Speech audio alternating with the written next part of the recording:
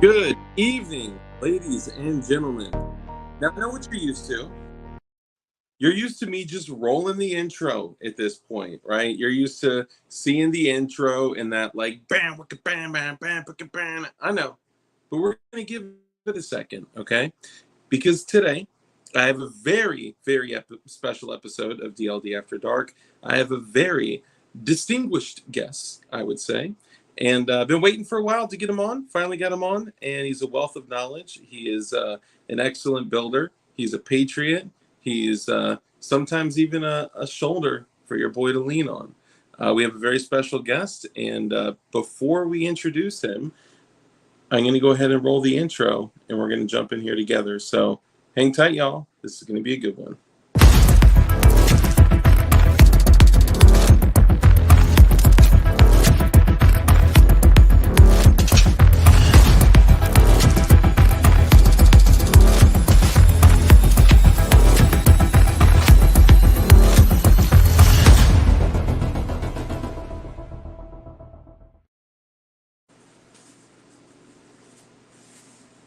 Okay.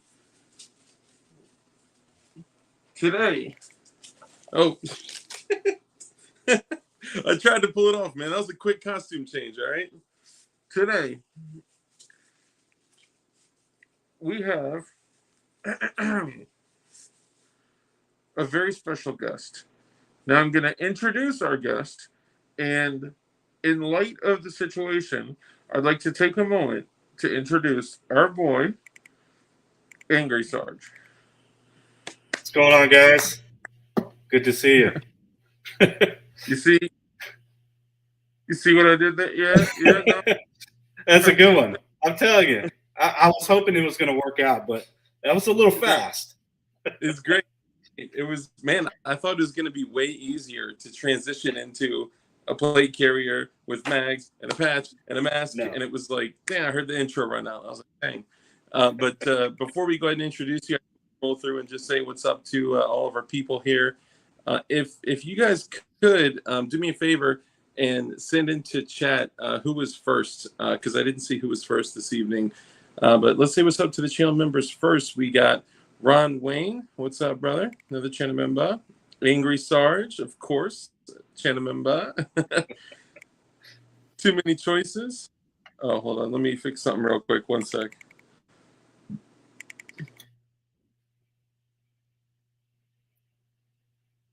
I didn't do it. Whatever it is, I didn't do it. Sorry, I'm replying. Promise. There we I'm go. Replying to you guys. Hell yeah. Okay, we got too many choices. Channel member. We got, let's see, CNT Designs and Arms. What's up, brother? Another channel member. And by the way, I'd like to celebrate Ron Wayne. I think hit 21,000 subscribers. Wow, congrats. That's awesome. Man. Yeah, man. Fire, dude. He's on fire. Kurt 24, another brother. What's up, man? Another channel member. Zach Carr, owner of Toxic Patch Co. You actually recently got some, ordered some patches from them, right? Yeah, I'm still waiting on them. Come on, Zach. Bring them to me. That's the worst part. Ordering them is the easiest. Exactly. But I'll tell you, once you get them and they're in hand, man, it's a dream come true. Yep. We got Misty Miss Wayne, another channel member. Of course, Ron Wayne, you know. Nate D, channel member. We got, who else did I see? Saw some other channel members. DB Cooper, another channel member. What's up, brother? And we got Robert Ribbit Harrison, another channel member. Oh, snap! Marconi is now a channel member. I think he may have gotten blessed with one of the people that purchased them. Yeah. Can I address one question that we had? Sure. They're asking if I lived in a shipping container. No, this is actually a half-car garage, my little work area. So nice. It just makes my wife's life easier to have the cars over here and then my little work area right here. So. Hey man, I love that. I never thought about that because I always kind of like saw you from this angle. Yeah. So I thought it was like a little like a shop or like something you built. I figured. I'm not that handy. I'm good at putting rounds on target, not really Yeah, anything else. right. All right, who else we got? So we got Kurt 24, Ron Wayne, the GD Bacon. Hey, okay, new channel member, Wild Weasel. Look at There that. you go. Look at Nice. that. Thank you for joining the Glowies. Appreciate that. And I dressed up as a Patriot yesterday. I wore a Cog Dissonance shirt with a Punisher blue line in front and Snake Don't Tread on the back. Carried Tactical coffee in one hand and a pen to write reps with the other. Don't forget to vote harder, okay? Uh, And of course, okay, so I think we got through all the channel members. If I missed a channel member, then please let me know. Of course, the honorable mentions, we got Serenity. Hey, come out in PLA, one of the homies. What's up, brother? We got Serenity. We got Farmer James. We got Vanessa Kitty. We got Polish Man. What's up, guys, from New Print Customs? Okay, sounds cool. that's the We- ones who did my slide on that Glock 48, and they did a couple slides for me. Yeah. Dang. Okay. Yeah, that was a fire ass job on that. Yeah, good, man. Yeah, that was awesome. Scott D. Pugnificent. We got Shogun Customs, another one that I keep The mentioning. homie. Yeah, he does awesome work, man. Yeah, he does. Bacon. I guess I missed him. Another channel member. We got Chuck Norris Gun Club. What's up, brother? John Rice and all you guys. I'll cut it a hair short tonight. Okay, GC9, a mouse. Ting Ting. I know that's you. Good to see you. And all you guys. Oh, and Freakistang, man, Freakistang, it's good to see you back around, brother. Thank you for coming along. And yeah, so and Flying Rich, welcome as well. So let's go ahead and get started. We have the one, the only Angry Sarge. Take a moment and introduce yourself. Let the people know who you are, what you do, and where they can find you, and all that good stuff. All right. Hey, I'm Angry Sarge. I'm the guy that I guess everybody knows about, but they don't know about. If that makes sense. You're the guy that everyone knows about, they don't know. There you go. That kind of fits better. But no, I'm just a dude that found my way into the building community and kind of hooked up with a lot of cool people, and I like to help out any way I can and stuff like that. But Yeah. just a regular dude. And if you I guess if you want to see what I do, go check me out on Instagram, angry_Sarge. And I've been throwing up a bunch of reels and some other content and stuff like that. So Yeah, nothing crazy. What's up? you put up some good stuff, man. I've I been appreciate it. and like the Glock 48 with the that Kydex rig with the it's like it's like Starry Night, but it's like Yes, it's called Worry Night. So Warrior. it's got an AC 130 gunship. It's got a Chinook. It's got a little bird. Yeah. So kind of my speed from all the things that I've done, I guess, in my career. So Yep, man, that's fire. I was really impressed when I saw that, and of course you got the what is it, the SCT 19 compared to that Between a Strike, right. and I actually just bought one today. If anybody wants the link for that, I am almost certain that Strike Industries is going to sue the dog. You know what's funny is I've kind of they kind of hit me up and they like my stuff and they share my stuff, and I always wonder like if they're gonna come back and be like, I can't share your stuff because we don't do like that SCT 19. But I told them like whenever I did my Arcane Magwell, the tactical Magwell, and I tagged them in a picture, they were like, hey, we're sorry, but nothing in there is ours. And I was like, that Gray Strike 80 is yours. He was like, oh, I'm sorry. I'm just so used to seeing the SCT 19. I was like, no, that Gray Strike 80 was yours. He was like, oh, okay. But yeah, go ahead. No, you're good. Go ahead. No, I was going to say, before I forget, I also am doing a show with Tactical Trash Panda. We do it every Friday. Well, every other Friday. Unfortunately, we wanted to try the Saturday. I was trying not to block any of your shows or anybody else's because there's other lives I want to see, but due to our schedules, that's what kind of worked out was the Friday nights at um, 9 o'clock, which we're actually going live this Friday with Carbon Q. But shout Right. out to my guys that showed up here, Tactical Trash Panda. That's that's the host of the show. I'm just kind of there just for the laughing content, I guess, Yeah, to be made fun of. I've had the pleasure of meeting him in real life. He's a solid dude, Yeah. and he's also been on the show before, actually way before we met. Excuse me. Um, he's just a great dude, man. And if you guys Yeah. have not checked out Tactical Trash Panda, not Tactical Trash Pandas, all right, Nope. so that another channel pops up, with the same name. That logo. Yeah, that logo, that logo, Pet it, yes. Tactical Panda. And yeah, great guy, man. Really good content. And I wish he would do more content, like hard videos and shorts and stuff like that. So, Tactical Trash Panda, I'd love to see more of your stuff out there.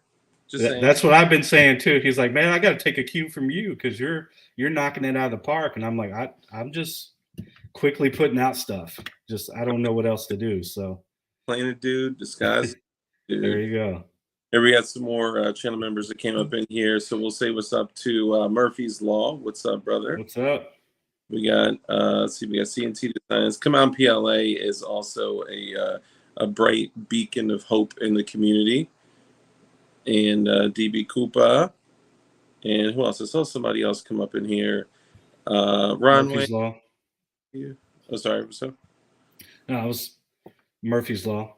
He Yeah. shouted me out, so appreciate it. And Martin Kaminsky, what up? What up? Chuck Norris Gun Club, the GD Bacon.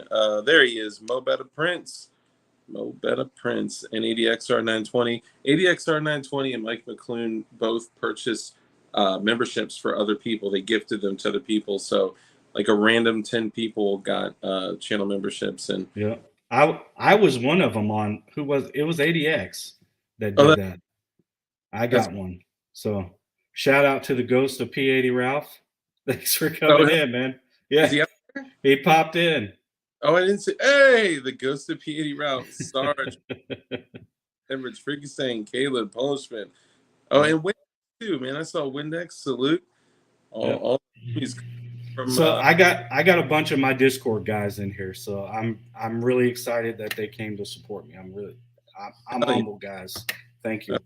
And you're an awesome dude, man. They're here to learn more about you and support you. So now that we're on the topic of Angry Sarge, I see you got the Angry Sarge on, and you got the Angry Sarge logo with the nods and all that. But tell me a little bit about the mask first. So I know it's kind of niche. Some people don't know about the samurai culture and things like that. But, growing up, as far as me in the military, I spent 22 years in the Army and some other time in law enforcement and stuff like that, about 14 years. And it was kind of like that warrior thing. Who do you connect with? Because some people connect with Vikings or Spartans. You see all this stuff going around. And I always wore the Punisher patch on deployments and stuff like that because that was typical of the units that I was with. And I was a big Frank Castle, fan. And so whenever I got close to the end of my career and I got hurt on deployment, I kind of I was trying to figure out a way to close my career and be proud of the things that I've done, even though a lot of it I wasn't. So the mask to me, and the reason why it's it's a demon mask, is to show like the duality of a warrior. Because underneath, I'm this nice guy, but I've done terrible things. So this is kind of like my exterior, I guess, armor per se. So it just shows off that duality of what I've done, what I've been through, and things like that. That's why it's scary.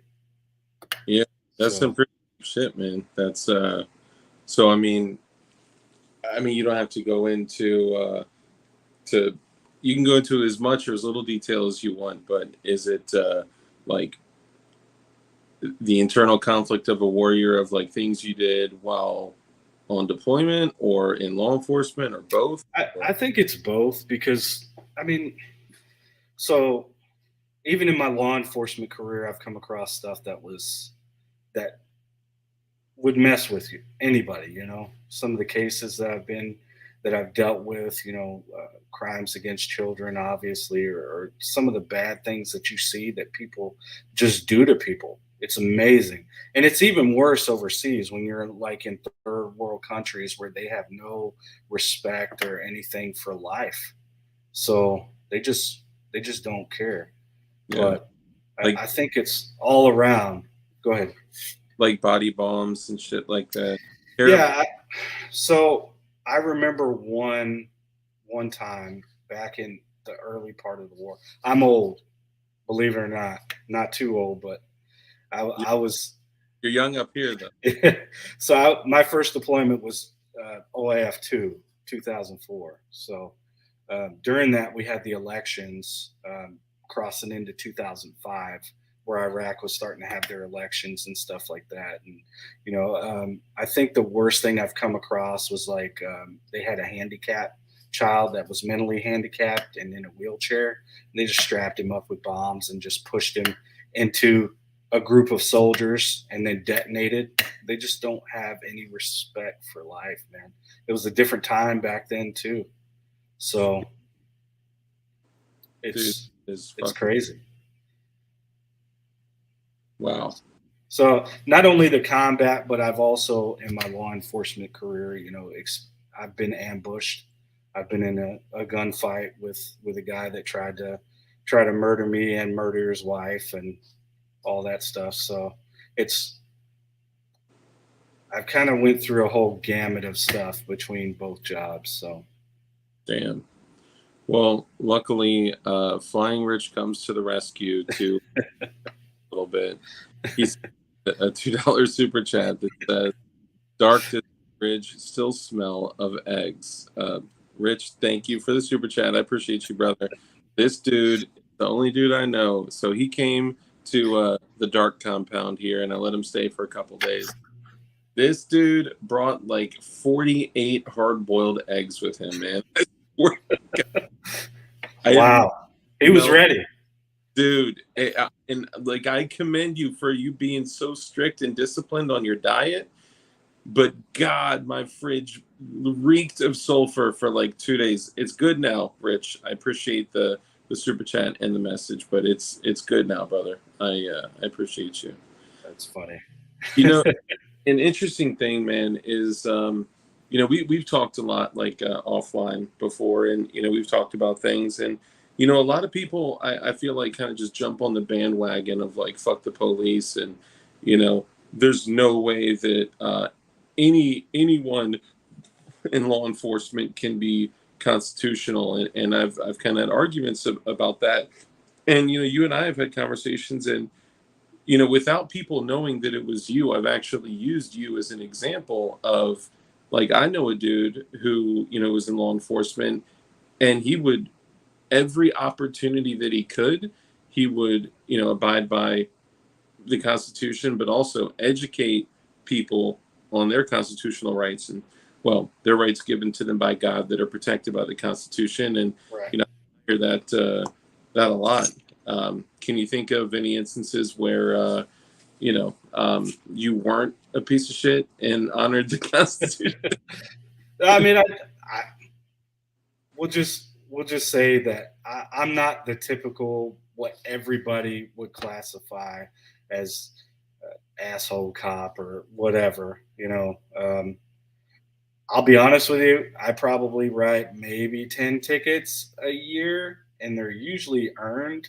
Like if I show up at your car and you start motherfucking me, like from the jump, yeah, you're probably gonna get a ticket. Just because, get back. yeah, just because you talked yourself into it. Typically, I don't like to do that. But besides that, like if you look at any case that I've thrown up in court, everything was done exactly how it was supposed to be done without violating their rights or anything like that. And that's why my cases go forward, because I'm very thorough.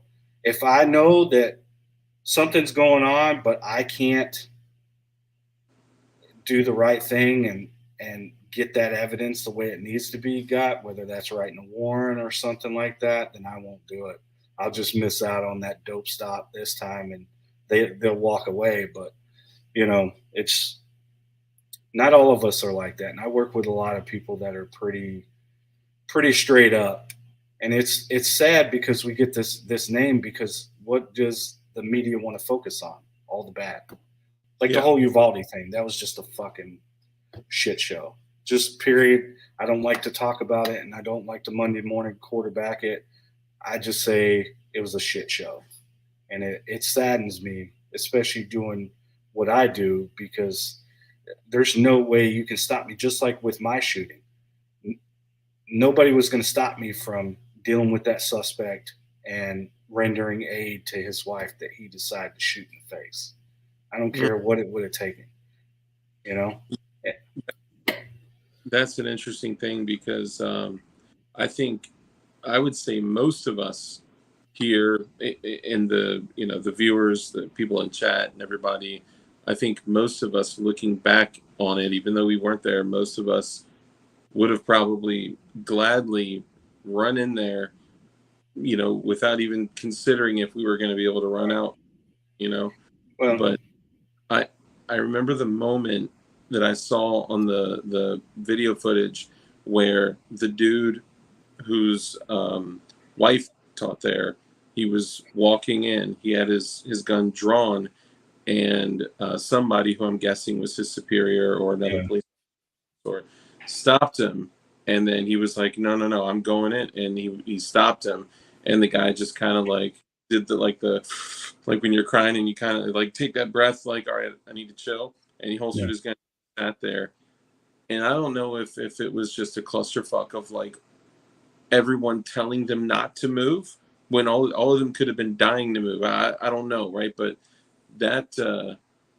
I got chills just even Yeah. starting to watch that. That's Yeah, and that's like I said, I don't want to Monday morning quarterback it. I've yeah, already seen all the evidence, and uh, they're they're doing a lot of different things in Texas because of that. So um, it all comes down to, honestly, and I've been saying this for years, even as a SWAT team guy, is that we need more training as law enforcement, regardless of anything else.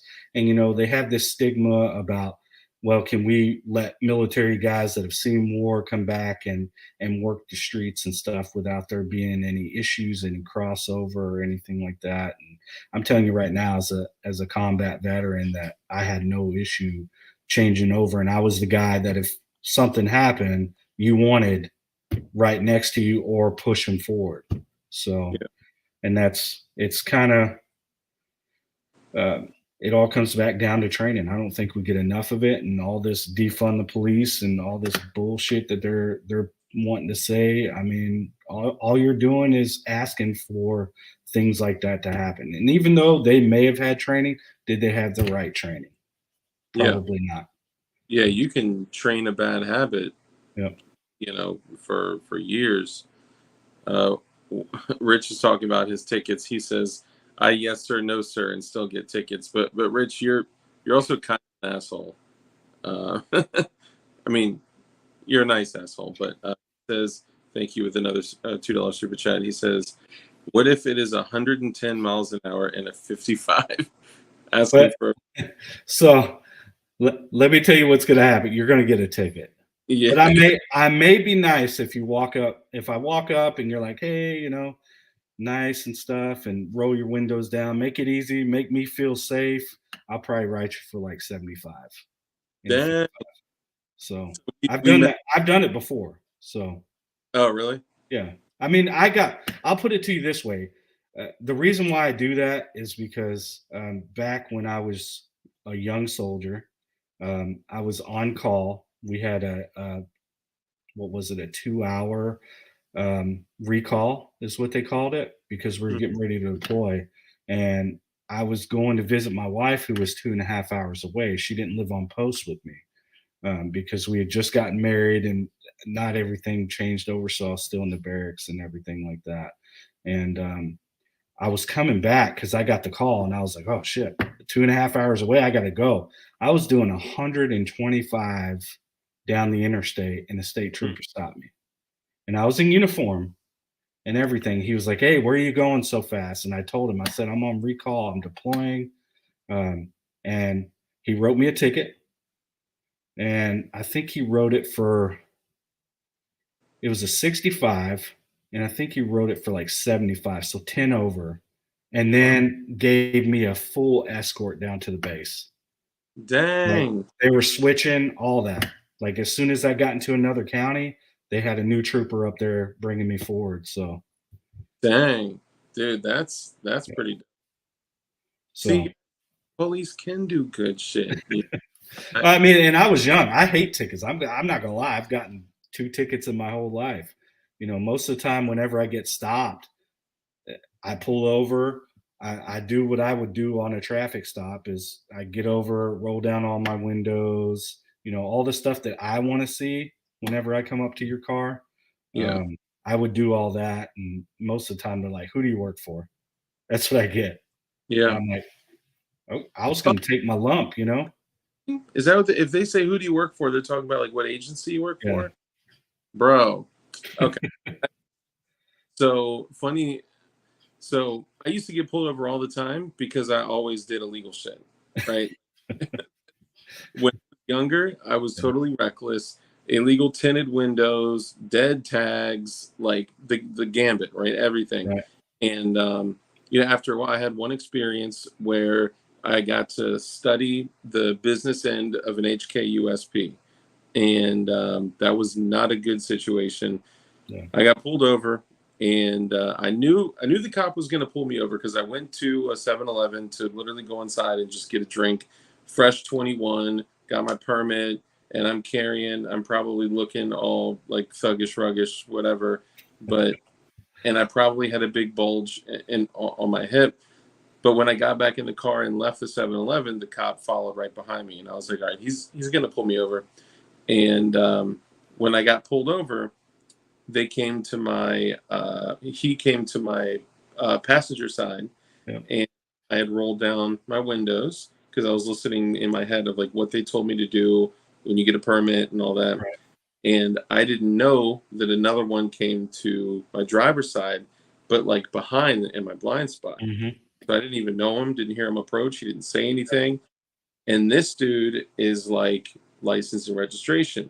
Now, with my dome lights on, hands at 10 and 2, right? I had said, I'll let you know. I have my permit to carry concealed handgun, and I have a handgun on the right side of my hip. It's loaded.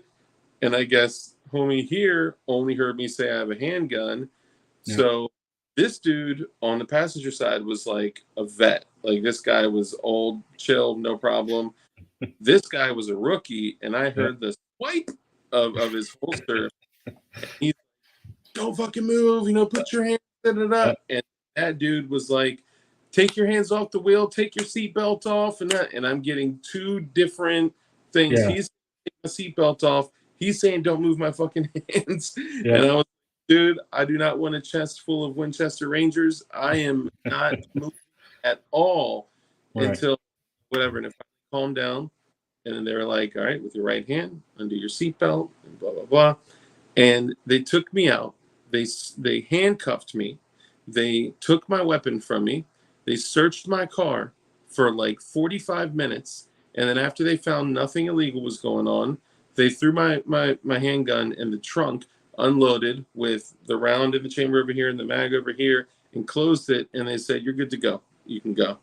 And I was like, dude, I'm never like, I don't want to like look like this anymore. I don't want to like, Yeah. I'm done with it. Ever since then, I started being extremely cautious when I got pulled over, and it was all windows down, dome light on, Yeah. hands to, officer, I'll give you that, and anything else, Yeah. no problem.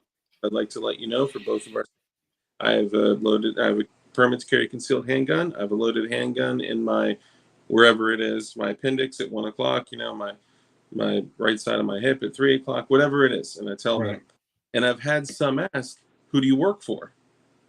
And I was like, what do you mean? I work for X, Y, and Z. They're like, I'm Yeah. like, I didn't know that it was like that kind of question. Yeah. It's code for what agency, Interesting. or if you're military, sometimes that. But I will tell you, having done this job for so many years, the most dangerous things that obviously would go on are domestics and traffic stops, right? And I'll tell you one example of a traffic stop that I had. It was I just came on shift. It was probably about 6, just after 6 in the morning, right? And I was driving up the highway, and a truck flew by me. Now, granted, I'm doing 5 over on the highway. So if you pass me, you're speeding. There's no question about, hey, I wasn't speeding. But no, he just flew past me, right? Mm-hmm. And I got in, stopped him, and I was slow because something just didn't feel right about this stop. And I exited driver's side, came around to the passenger side of my vehicle from the back, and then came out, swung out wide. And I came to his passenger side, and he kept looking out the drivers, like just doing this, and I was getting like this weird vibe, right? So when I came up, I was looking, and I popped my light real quick. He had his hand on a judge, tourist judge, and I got him out of the car. Thankfully, he dropped it because I had the drop on him, dead to rights. I told him, "You're going to die on the side of this road today if you raise that weapon." Damn. And I got him out of the vehicle. He had meth on him. It was a stolen vehicle and all this other stuff. So it was a pretty bad stop, right? And then when he was interviewed, he said my plan was to kill that deputy. Damn. So he was gonna shoot me. So hold on. When you came up on the passenger side and you popped your light, was it a weapon mounted light? No, I still had the handheld because I Handheld? don't. Yeah, I'm not going to pull out my gun. I mean, I had my hand on my gun because I felt like something was off, but I Yeah. never used my weapon mounted light. I'm always running this hand, and if I have to, I can still make a shot one handed because Yeah. I train. But Yeah. No, um, you're training for sure. I know you've done a lot. you know, especially compared to most of the police out there. Well, that's why I was curious. I didn't know if you had already drawn, but in that brief little second when you shined the light, you saw that he. I saw a tourist judge in his hand, like he had it tucked between the seat, and it was a truck, so it had the little thing that folds down, Mm-hmm. like a third seat, but it Yeah. becomes a console. So he had that down, and I seen that like part of the handle because he was a smaller guy. So when he Mm-hmm. grabbed it, I could see like the butt end of it, and then see a little bit of silver in front because it was kind of hid. And that's when I drew my weapon. And I told him, "Hey, you bring that up, and I'll kill you. You'll Damn. die on the side of the road today." And he he listened to me. I got him out, gunpoint, brought him over. Um, I handcuffed him, and later on, he told the investigators that he was going to kill me. So Damn. That's crazy. I mean, it's interesting that you could tell as a judge too, because that those Tauruses have very, very unique grips. yeah, You can tell by the ribbing on the rubber grips, and yeah, at that point, I've thought of this in a couple different ways, right? Like I've picked up a couple guys, like that need help, that need a ride, that need like whatever, right? And I've always thought about this, like, all right, I'm right-handed, and orientation is so important if you're going to end up in a situation where you need to defend yourself. If if somebody is to my right, and who knows if there's police out here listening, or self-defenders or whomever that may need to think about this, like, I picked up a guy before that was acting uber weird, that I had to tell, get the fuck out of my car or I'm yeah, going to ventilate you properly. And I didn't actually draw a firearm or anything because I didn't need to match ordinary force with lethal force. Like it wouldn't have been appropriate. But what the thought that I was left with after that was that, like, okay, let's say he had a gun or a knife or something like that. If I had to draw from, at that point I was carrying strong side like 330, right? Yeah. If I had to draw that orientation to get to the passenger seat is so awkward, right? Like, and that guy, your bad guy in that case, he would have been at a massive disadvantage. He- Not only had him dead to rights, like, yeah. he would have had to draw on the drop, but like you would have had to one-handed drawn and then extended, and probably would have scattered pellets all over the place. But Yeah. I've thought about it. I've been like, okay, well, then I need to actually have a gun like under my left thigh, oriented like this, or under my left thigh oriented like that, and I may need to draw it with my left hand, or should I have a car gun and then a waistband gun, and then it starts making me think like all this shit. So what was like your setup As far as when me you were being in a car? a car, or like just when you were out? Like, did you have a secondary, So or no, I mean it. I think everything varies on what I'm doing. If I'm going to training or something like that, I carry outside the waistband. But inside the waistband, I'm running appendix or sling bag. Sling bag is my favorite because I can throw that thing right here, center mass. I can reach, get it with either hand, and kind of run it from there. So I'm I'm a big sling bag fan. I don't like to wear a bunch of holsters if I don't have to because I've done it for years. So and you're talking like in civilian clothes and regular? yeah, yeah, So just a you're, little Victos bag is what I use. what kind of bag? A Victos. I Okay. think it's a commuter or something like that. It's in multicam black. I just like, if you can't tell, my brand is multicam black. So Yeah, dude, that's gotten really popular over the last, couple of years or so. But so your primary is carried off body when yeah, you not maybe not always, but yeah, not always. okay. And when you were out like in the law enforcement world, were you just carrying that one No. handgun, or? So in my car, typically what I would do is before we got our little lock boxes that were on the side between the rifle and the shotgun, Mhm. I had a holster hooked to um, what do they call that bag? It's a 511 uh, wingman bag, right? And it Okay. has some molly on the outside. And I just mollied a holster to it. So that way, if I had to get to it, they couldn't see it. I could just reach over my passenger seat and go. Because sometimes getting to your holster on your hip, Yeah. it's almost impossible with that seatbelt in the way and everything else. So I'd rather have that. And I usually have a stick in it. And everybody's like, why you carry a 33 round magazine? Because if it's bad, I'm Yeah. probably gonna need every round in that so I can get out of the vehicle and then transition to what I have Hell on yeah. my person. So And your I guess agency, you call it, they were cool with that, with you rocking a yeah, 33 rounder in there. I mean we're in a free state, so So um if you were doing work on like your what do you call it? What's the word that I'm drawing a blank on it? Your the cop gun, service weapon. Okay, okay, so service weapon.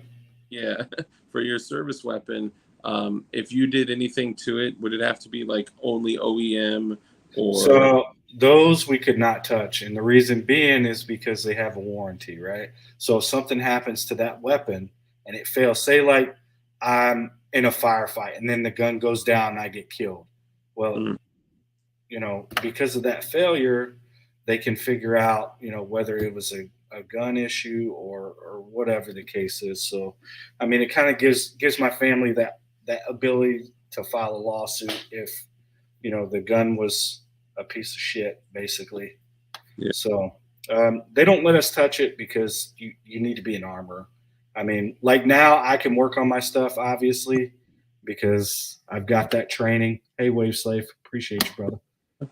Um, but yeah, I mean, I work on my stuff, my service stuff. I don't.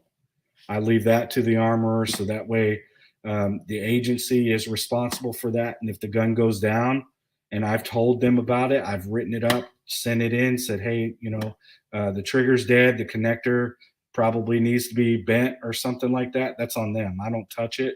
It's on them. So typically, if the trigger dies, the armorer doesn't do anything except, issue out another firearm, order another connector from Glock, throw it in there instead of just doing that simple little bend. Yeah. So, Yeah, I was just curious. When I worked at the gun shop that I worked at, the county sheriffs, like the whole sheriff's office, we would do maintenance on their 14.5-inch M4s with a suppressor, fancy yeah, stuff, and also their Glocks. Prior to that, it was HK USPs, but they went to Glocks. They actually went to P30s for a little bit too, which I was never a big fan of those, but they were allowed to make changes to it, but it could only be factory OEM parts, and they had to we had to interesting. Yeah, write a receipt, tell them exactly what we did, only yep, use stuff, and I had to turn guys away because some of them were like, "Hey, I want like a ghost connector put in it," and I'd be like, "Bro, I can't." I can't do that. And they'd be like, "Oh, we could just keep it between us." I'm like, "Hell no!" yeah.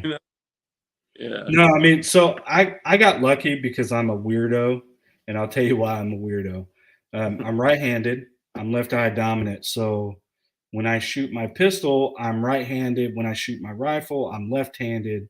So I have to have everything kind of ambidextrous. And most rifles that you get and they order are right-handed, right? So I needed left-handed stuff, and I've kind of spoiled myself throughout the years, having ambidextrous parts and stuff like that. So they were cool with those getting put on, and they would make sure that they function and all that stuff. But other than that, no, we weren't modifying. I maybe modified my mags and put some +5s on there or something like +2s, whatever. But that's just for mag cap. And they were cool with that. Yeah, and then plus our off duty firearms, you as long as they were in the list of firearms they authorized, you were good. So, my off duty stuff had, upgraded triggers and stuff like that. I didn't do too much. I don't like to shave weight or anything like that because if I do happen to shoot somebody in the line of duty with it, I don't want to be that guy that's a test case for, the DA that says, oh, well, he modified the trigger. So it's lighter and it's made to kill people and stuff. So I didn't want to do that. And I just left it alone. But Yeah, it's crazy. There's a lot of thoughts and conjecture on that whole situation. It's like that one trial with the guy named Kyle who took yeah. out some of those guys. Which you guys may be seeing him on the channel sometime soon. I just want to throw Mm, that out there.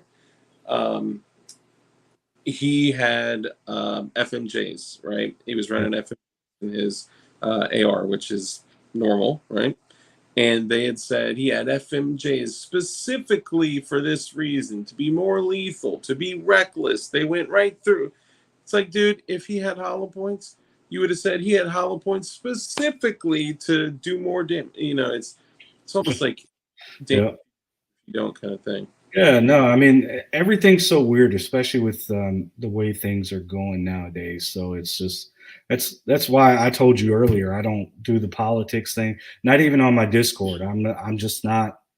I'm not that kind of guy because I'll tell you straight up that I think everybody at the top needs to retire, and we need to get some new blood in there, but and have some term limits and stuff like that. But that's about as far as I'll go. Yeah, I don't disagree. At times, I do think that we may need a good cleansing. Yep. So Let me stop. can you pull up Shogun's question? I'll Yeah, answer that.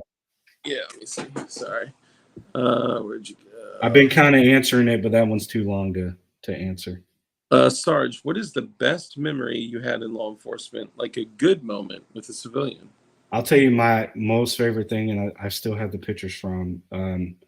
We we held a SWAT party for a kid that was on Make a Wish, and he really wanted to have a SWAT party.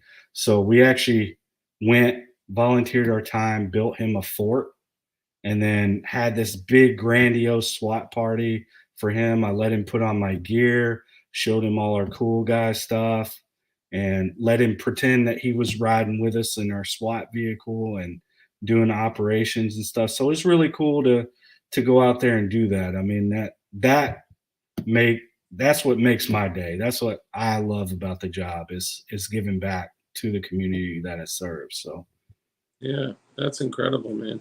And how old was he at that time? Um, I think he was like 9 or 10. So, Wow. That yeah, hey, that's hey, just have a good night, man. I peace just out. saw it.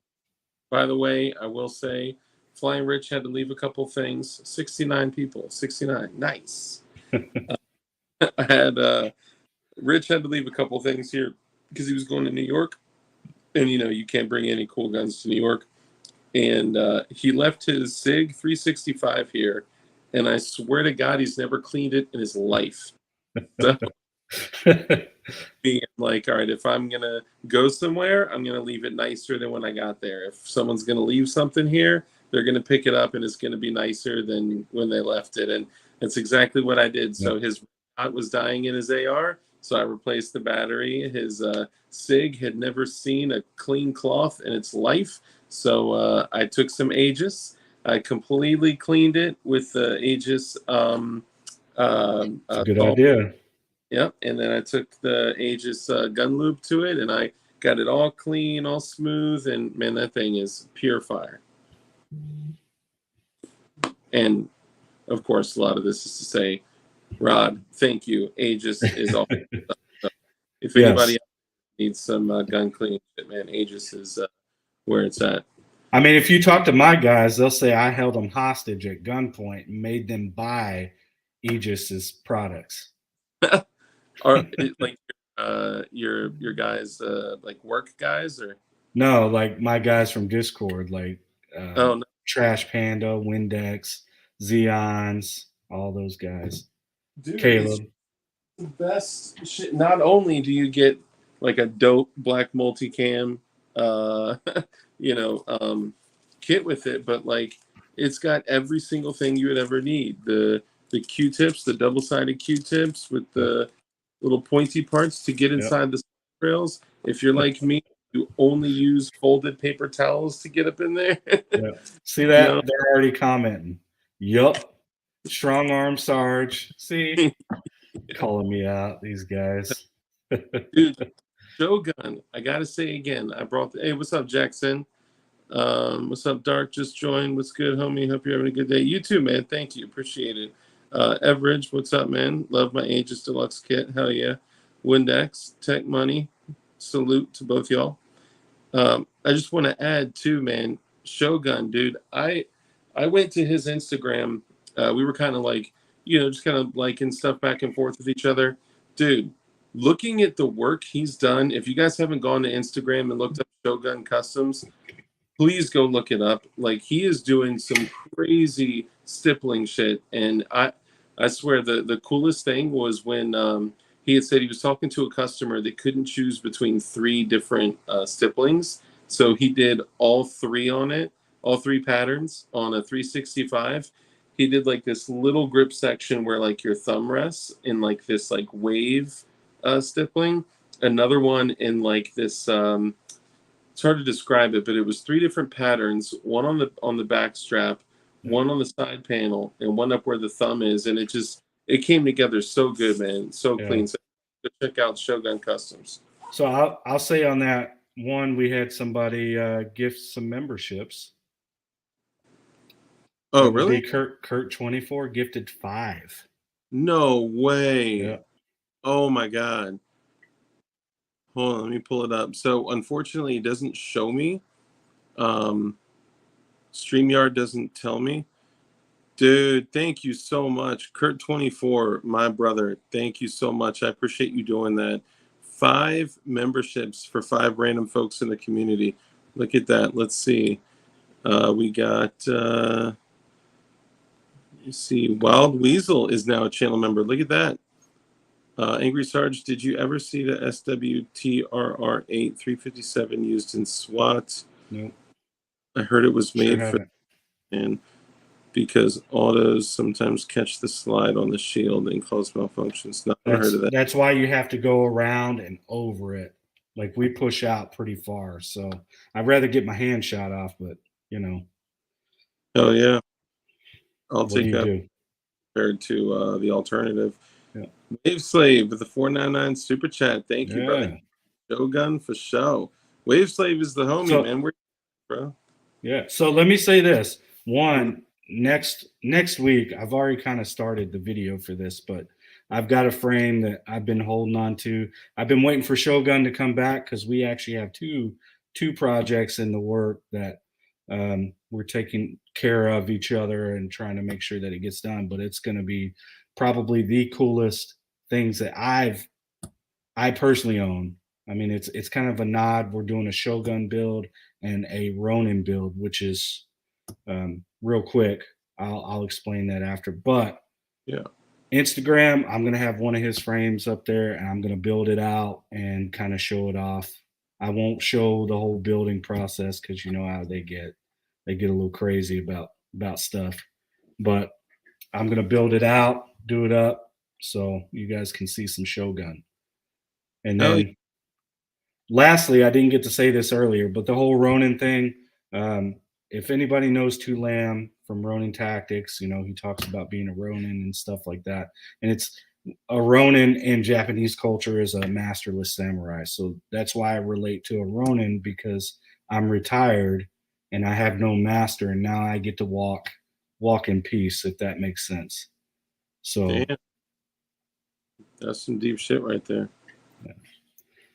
Yeah. Mike McLuhan says, "Oh damn, Kurt24, you the man, bro, for sure." And I appreciate that. Honestly, man, I love seeing all the people in my community just like giving and contributing to others, man. That tickles me. Speaking of which, Zach Carr with another $2 super chat says, "I'm too poor to gift subs. Here is Coke money." Hopefully, you mean like Coca-Cola. Well, I got $2. You can buy a singular Oh, Coca-Cola. freak. So apparently Martin Kaminsky has a message because Freak brought it to my attention that I need to answer him. And then there's another one, but Oh, this is a setup. This is a setup. it is a setup. Come on. 9 mil. I mean, I carried 357 SIG for years on a 226 R, but yeah, 9 mil. Been carrying 9 mil for a very long time, and definitely not a Fed. Promise you that. Definitely not a Fed. You guys got to understand that I am retired. I'm a private citizen. I think a lot of people they don't understand that like police does not mean Fed, and Fed doesn't. You know, it's different. And I got one from Joe Morris. Yep. So we're just county, and when we brought in our cities, like all our surrounding cities, because we were a smaller county. We're big in land size and area we cover. I'm basically like a state trooper because they cover a lot of area, and so do we. But we brought in our small cities, a couple of guys into our TAC team, and that's what made up our whole SWAT team, was mainly the county and then, you know, some of our city counterparts. Gotcha. That makes sense. Easy EDP with the $4.99 super chat, brother. Thank you. It looks like there was no message in there, so excuse me. So if you do have a message, feel free to shoot it over in chat, and I'll keep an eye out. You gotta love Farmer James. All the CIA say they are private citizens. That's right. Behind in chat, people are saying, "Sarge, answer Martin's question."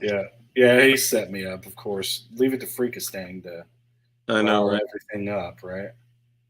Right. Evan Basinski, what's up, brother? Good to see you. Let me get caught up here real quick. Yeah, you got Murphy's Law, $5 super chat. Oh yeah, yeah, I'm getting down there. Juice, I'm not going to answer that. No, No, no, I'm saying I'm not going to answer that. no. I mean, I'll do it. I ain't scared. I mean, I mean, I pray do you ate enjoy, weirder. What's that? do you enjoy it though? I've ate worse stuff overseas, man. Just Uh, saying. Frag Out Designs, what's up, brother? Have you seen any of Frag Out Designs work? I have.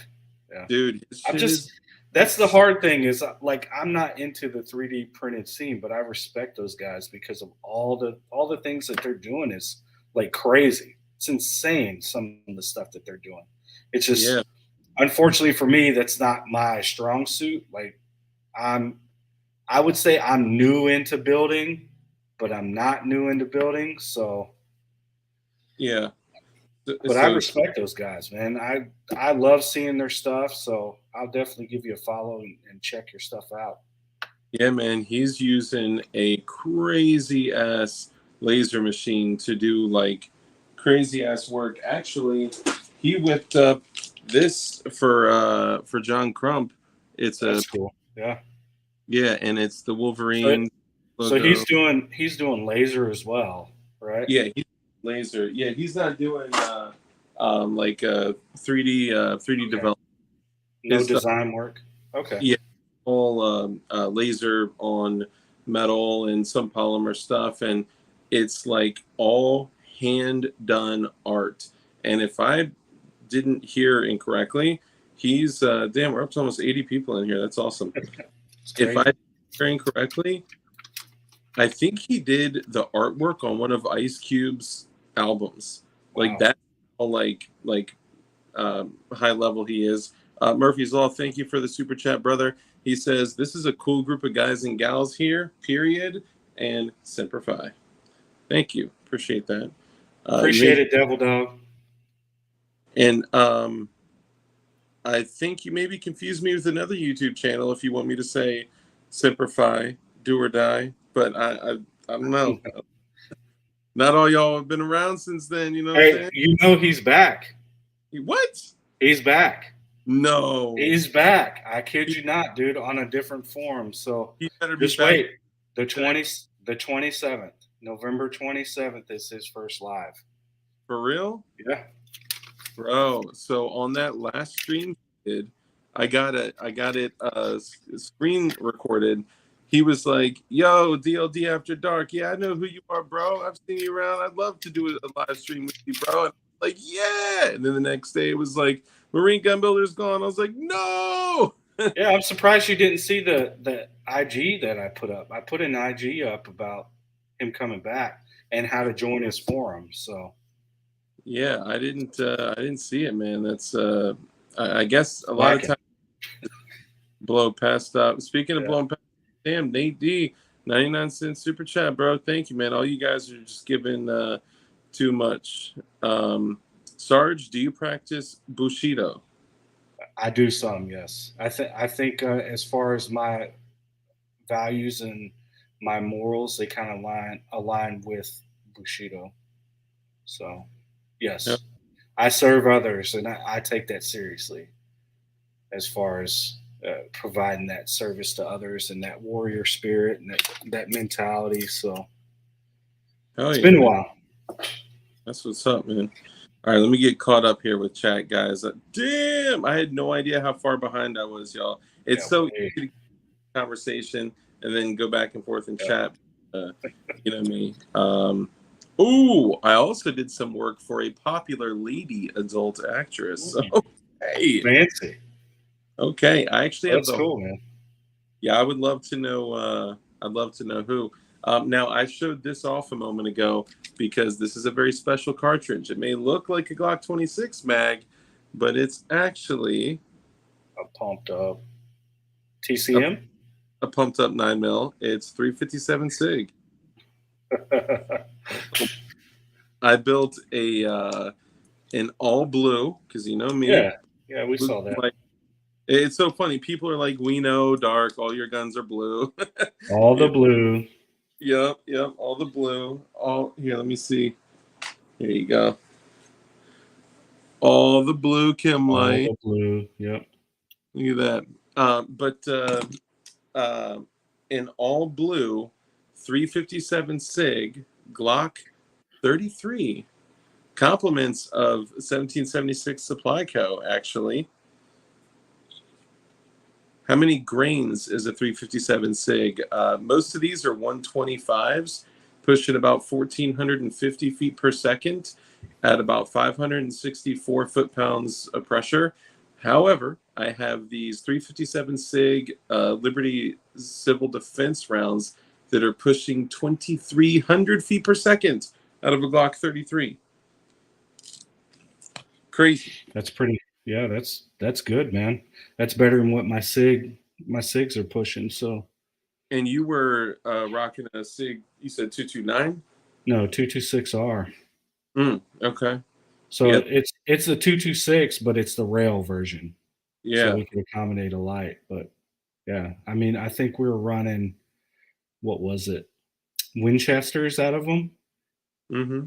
And I mean, I think now, well, before I left, I was carrying critical duty in 9 mil, but you Okay. know, 357 Sig, no. I mean, I still have old Sig ammo that I've got. Do you have any 357 Sig ammo you want to sell? I do not. Oh, damn. I, I have just enough that if something went bad, I could load up a couple different mags, Yeah. couple sets, and then I'm good. Yeah, dude. I got for $140, I get enough to load up a couple mags, and that's it. Yeah. So I'll tell you this, and this is what tripped me out is when I went and I got a G17 MOS at um, my law enforcement supply, Mm-hmm. and they had all kinds of 357 Sig trade-ins, right? 226s, Glocks, all of that, right? Yeah. And then they had a ton of LE trade-in ammo, and they were selling them boxes of 50, kid you not, training ammo and duty ammo for $17.99 a What? box. Yeah, because it was all Whoa. stored. It's all old ammo, so it was all stored and all that. Okay. So So the cheapest ammo that I found for the 357 Sig. So most of these boxes, for me, I got to buy them online. I found mhm, one shop locally that's selling them. Right. Nice. yep, We have three people for a sec. Oh yeah. Um, at the antique store. we I had to order it. So when I found some ammo, it was all on PSA, and it was all like $29 to $34 for 20 rounds of all like jacketed hollow points, right? And I needed to fire the gun because it wasn't smooth. It was kind of rocky because those 26s with the rails and the locking block and all that. It's like Yep, if it's not smooth, you need to shoot it till it's smooth, basically, right. right? And Yep. I did. I only had jacketed hollow points, but I found some ammo. Actually, a member of our community hit me up and was like, "Yo, I got some old 357 Sig. I'll sell it to you." I was like, "Hell yeah!" But the cheapest I found ammo was literally, aside from like $140 for 20, 30, 40, 50 for 80 rounds. I found boxes of 50 rounds of ball ammo for $25 each, Wow. and that was the best Yeah. price I. I mean, even before then, so I will say that my mom likes my 357 Sig, and that's who has it. Yeah, So trying to get her, make sure she's stocked up. She's like I said, she's got just enough to load up probably about 30 mags, dang, and that's about it. But her 9 mil, I've got her stocked up. She's way stocked up on that, and she's even running a PF 940C. So nice. yeah. Oh yeah. So that's actually an excellent point. I want to jump into one thing with you, and I know you don't have all night, but I do want to just touch on one thing. I heard one of the people in our community, one of my viewers, one of the glowies has a patent on a very, very interesting thing. It is a tint for trucks, like for truck beds, or maybe Okay. even truck. I got to get more info on it, but apparently it's literally so small that it can fold up to go inside your glove box, but you can unpack it and have a tint for either your bed or the whole truck. And Wow. it's Murphy's Law. So Murphy's Law, I would love to hear more about that. I think Yeah. that's cool. And I think anybody that is like, part of the like preparedness community would love some shit like that, man. And he's Yeah. patented himself. That's pretty cool. I mean, who's done that? Those are the kind of things that we would probably like to have in the army out in the field, because we have to pack everything, in our rucks or whatever, loaded True up on a vehicle. You want to stay as small and as light as you can. So yeah, facts. Yeah, good point. that makes Now, sense. one thing I wanted to make sure that we hit on, and Murphy's Law, feel free to hit me up anytime on Instagram, shoot me an email, or anything at all.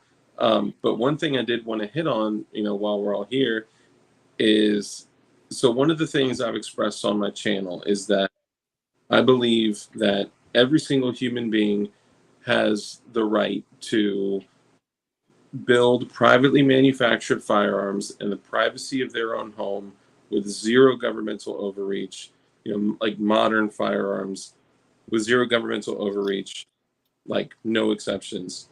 And I just wanted to ask, like, what's your outlook on that? I mean, I'm a builder, so, and everybody's going to be like, well, you've done this and you've done that, but I mean, I'm still a builder. I mean, I Yeah, have to follow the same laws and everything else, but it's legal. So why yeah, why can't we do it? I yeah. mean, It was important for a lot of folks that are here listening, and they're like, "Oh, it's a guy that was a cop. Oh, it's a yeah. guy that was military." So I hear I'll that you're just say this: in all the years that I've done this job, I've not come across uh, a polymer 80 until I started building. really Not at all. Not at all. Um, One of my buddies, he hit me up one time because he knows I'm a builder, and he asked me about it because he got it off a kid on a traffic stop, and it was stolen. Like, yeah. we eventually tracked down the owner, and it was stolen because they filed a report and they were able to describe it, and they had specific markings on there, so we were able to get it back to the owner. But Okay, dude, I am so glad that you brought that up because get this. Oh, nice. A new channel member, yeah, Eric. Welcome, new channel member, Eric Bennett. And while we're here anyway, another shout out. Thank you, Kurt24, for purchasing other channel membership. Welcome to the Glowy Squad, Eric Bennett. So get this. So I had a dude ask me if he could. He was like, "I'm thinking of getting into shooting. You have inspired me to get into shooting. I want to get my permit." And I was like, "All right, I can help you." Kid I grew up with, went to mhm, elementary, middle school, high school with, knew where he lived, all that stuff. And I was like, telling him, like, you can go here and get a gun for about this much. You can go here and get it for this much. You can go on the site because back then you could do private transactions, no problem. mhm. And I had two Glocks that were custom. One was the 26, one was the 19. They were both hard chromed by Ford's Custom Gun Refinishing in Florida. Very unique. It's like a two-tone chrome finish where the flats are polished and the rounds are kind of like that frosty matte chrome. And then, forgive me, both of them had two stainless chromish looking Punisher skulls on the back. Okay. So they matched, right? Yeah. Now, basically, I told the dude, I'll let you borrow it. We'll do a transaction and I'll let you borrow it. When you're done getting your permit and all that shit, I'll just get it back from you. Okay. Yeah. The dude tells me it's stolen, like a couple weeks into it, tells me it was stolen and all Yeah. that. And I ended up telling the police, like, yo, this dude straight stole it, because I went to his Instagram and I saw a picture of it on the nightstand with Yeah. the number obliterated. Mm. So this Wow. dude traced the number. He told me he, had it stolen from him or whatever. Yeah. Told me he reported it stolen. He didn't report it stolen and all this shit, whatever. So anyway, I was like, all right, you know what? Then I ain't got no loyalty to you if you're gonna do me like that. So I called the police, right? So they send a deputy out to talk to me, and I'm like, look, I don't remember the serial number. I bought it at a gun show like years and years and years ago. I don't even remember which vendor I got it from, Yeah. but it's a unique gun. And I didn't want to be like, it's a Glock that's chrome with a Punisher skull, because I still had the matching one if they only had the description, right? Yeah, But but I mean, you could have said, "Hey, it looks exactly like this because I had two of them, so I and it's did. just a different." Yeah. Yeah, I explained it to him, and I was like, I don't want y'all thinking like if you pull me over one day with this, that this is the one. Like they're matching. He stole it. Look at this picture, right? And they're like, nothing we can do. Huh. Dude, this Huh. is a picture he posted of a felony. The dude obliterated the serial number in the Yeah. picture. Yeah, we can't really do anything about it. They totally carried me, man. Wow. So I mean, I think that could have been handled a lot better. They could have at least taken the theft report, especially with a firearm. That's a felony in some states. You know, Theft of a firearm. So they could have taken the report. They had all the information, and if he obliterated the firearm, they could have just taken it to the ATF and said, "Hey, look, he did this. We're mm-hmm. working this case, and he did this. Do you want a piece of this or whatever?" I mean, that's just I don't know. To me, that's just lazy. Yeah. Lazy. The funny Oh, thing, and that was the first thing I thought of, is laziness.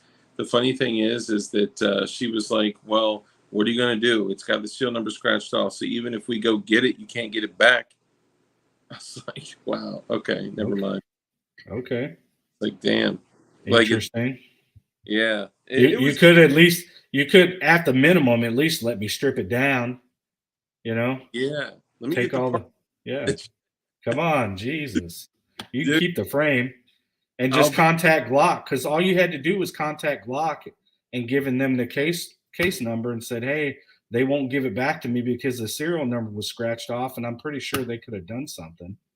yeah, they'll send you a new, for $100. They'll send you a Yeah, whole, and yeah. They could have at least gave you the parts though. that's true. They should have. And Yeah, it's just kind of disappointing that, like, somebody like you was like, hey, look at this, my buddy found one, he served justice, got it back to the dude. And yeah. out here they're like, now you can't do anything, it's I, it's yeah, but it just comes down to certain people. If they don't know what they're doing, they're not going to mess with certain things, and that just comes down to ignorance. And maybe they didn't think it was important. Like I will tell you, if you call me and you're like, someone knocked over my flower pot, I'm going to treat that as it's the most important thing in your life, right? Because that's my job. You called me. I'm going to come take a report. If I find anything, then what am I going to charge somebody with kicking over a flower pot? A misdemeanor. So if I catch them, then they'll get a Class C ticket. But at least something was done, and then you feel like I did my job, and that's the whole point.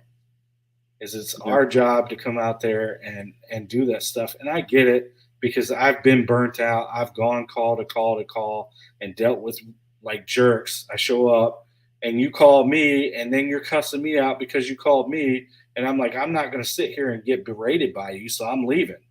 And I've done that. I'll be like, when you're calm, you can call us back and I'll come back out here and do a report. But until then, I'm not going to sit here and get treated like a piece of shit because yeah, you're having a bad day. yeah. So Eric, thank you, appreciate you, Eric Bennett. So there's actually, donut operator, right? yeah. So he shared a couple times, maybe twice, of the time, like his last call before he finally made the decision to leave law enforcement. And he had said that he had to go on a call that unfortunately it was a traffic accident that resulted in the death of a very, very, very young child, Mhm. like a sub, like a toddler. It Yep. was I think the word he used was baby, so let's say it was a baby, Right. and he had to go to a call where the baby, he said, was basically like spaghetti on the street, and it was like the most mind fucking and gut wrenching thing he said he ever experienced in his life. And after that call, he had to go on another call, and it was a feud between two neighbors about like a mailbox and a trash can or Mhm. something like that. And he went there, and these two like Karens are like yelling and like cursing him out, and he literally was just on a call that was like, him watching the most fragile, you know, Yep. type of life get lost, and then he goes on a call that's a neighborhood feud about like a trash can in a mailbox or some shit like that. And he was like, you know what? I can't do this. I can't do this for up here, and I can't do it for like here. And he was out. It's kind of crazy, man. I couldn't imagine. Like, I'm sure you've had to toggle from terrible situation to good positive situation to like neutral. You know what I mean? Like that's got to be. Yeah. I mean, it's very rare that we encounter just regular people. Sometimes, we get a vehicle unlock, or, somebody stuck on the side of the road, they need help changing the tire, or something like that, where we get a call out there and we go help. Or being county, you're going to deal with cows being out, or horses, or any other kind of livestock. So you run this whole gamut. 1 minute you're going from a pursuit to now I'm working an accident, or now I'm working a domestic, or now I'm showing up to, you know, support a community event or something like that. So it's just like so random sometimes. And then some days it's just grinding, just beating you down, daily bullshit, like theft reports. I come in and, somebody's like, oh, somebody broke into my car. I'm like, okay, how'd they get in? Well, my vehicle was unlocked. Okay, all right, let's go over this now. And then you have to sit there and be like, well, you just basically said, here you go, come on in, take my stuff. But I can't say that. So Yeah, I just take the report and I treat it just like how I'd want to be treated whenever something happened to me. So, and yeah, it's just sometimes you just deal with just terrible situations, stupid people, or whatever you want to encounter. So it's yeah. And it's everything. I'll just say that. It's never one day is definitely not the same as the next. It's like a front row seat to the craziest show on earth. dude, I could only imagine the psycho shit that you've had to go through. I mean, I will tell you, I went from taking a theft report one time to being called to someone who is in a mental health crisis, and then they're combative with the EMS and they're smearing themselves in their own feces, and then you have to wrestle with them and get them handcuffed and under control, like just all the most foul stuff that you can think of. I've kind of encountered it, so Damn. yeah, it's it'll And amaze you, man.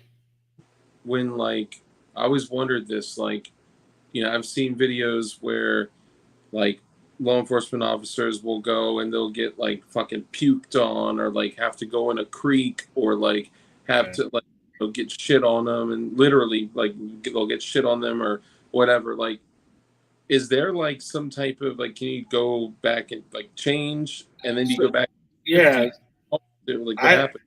I usually keep an extra uniform, you know, whether it's in my car or at the station. We have showers and all that stuff. So just keep extra stuff around. However, if it gets all over my outer carrier, I'm kind of screwed. Typically, I would just tell the Sarge, or if I was a supervisor that night, I'd be like, "Hey, I got to go home. There's no way I can go out like this." So Yeah. So it's still kind of just up to you. Like you well, got I mean, yeah, you got to maintain your stuff, but like if I get a bunch of blood on me or something like that, you can bet that I'm gonna go home yeah. because I need to get cleaned up and I need to decon it. And typically, I'll just go over to the hospital and let them kind of sanitize me, and I'll just take off all my gear, and I won't even bring it inside. I'll bring it into the garage, strip it down, and then throw it in the washer. Mm. And I'll run after that. I'll run several cycles with bleach and other stuff to kind of sanitize the washer because it, I don't want my kids getting exposed to any of that or my Yeah. spouse or so. Damn. Yeah, Yeah. dude, it's crazy, man. How much did you use a long gun when you were a police officer? Um, the shooting that I was in, I used a long gun. Um, my rule is if there are guns, I'm gonna come in with more than what you're carrying. And Yeah. typically, and I'll say in my shooting, had he hit me, my armor wouldn't have stopped it because he was shooting 30-06. Mm. So it didn't matter that I had 223 because I'm carrying the polymer tip 223 Hornady, you know, tap ammo. So Yeah. so as soon as it hits, it fragments and it disintegrates. Yeah. So um, that's typically my stance is if there's a gun involved, I'm gonna break out my long gun Yeah. just So because I want to have that upper hand. yeah. Do you ever heard the term violence of action? Yeah, Yeah. yeah, So that concept. yeah, Yeah. very much so. Yeah. And I think that's what gave me the upper hand. And I do have the body cam footage of that shooting, but I haven't released it, and I don't know if I will release it. I'm not real sure because you know, the case is done and over with. I've been sued. I won that case, but the guy's still free. Don't ask me why.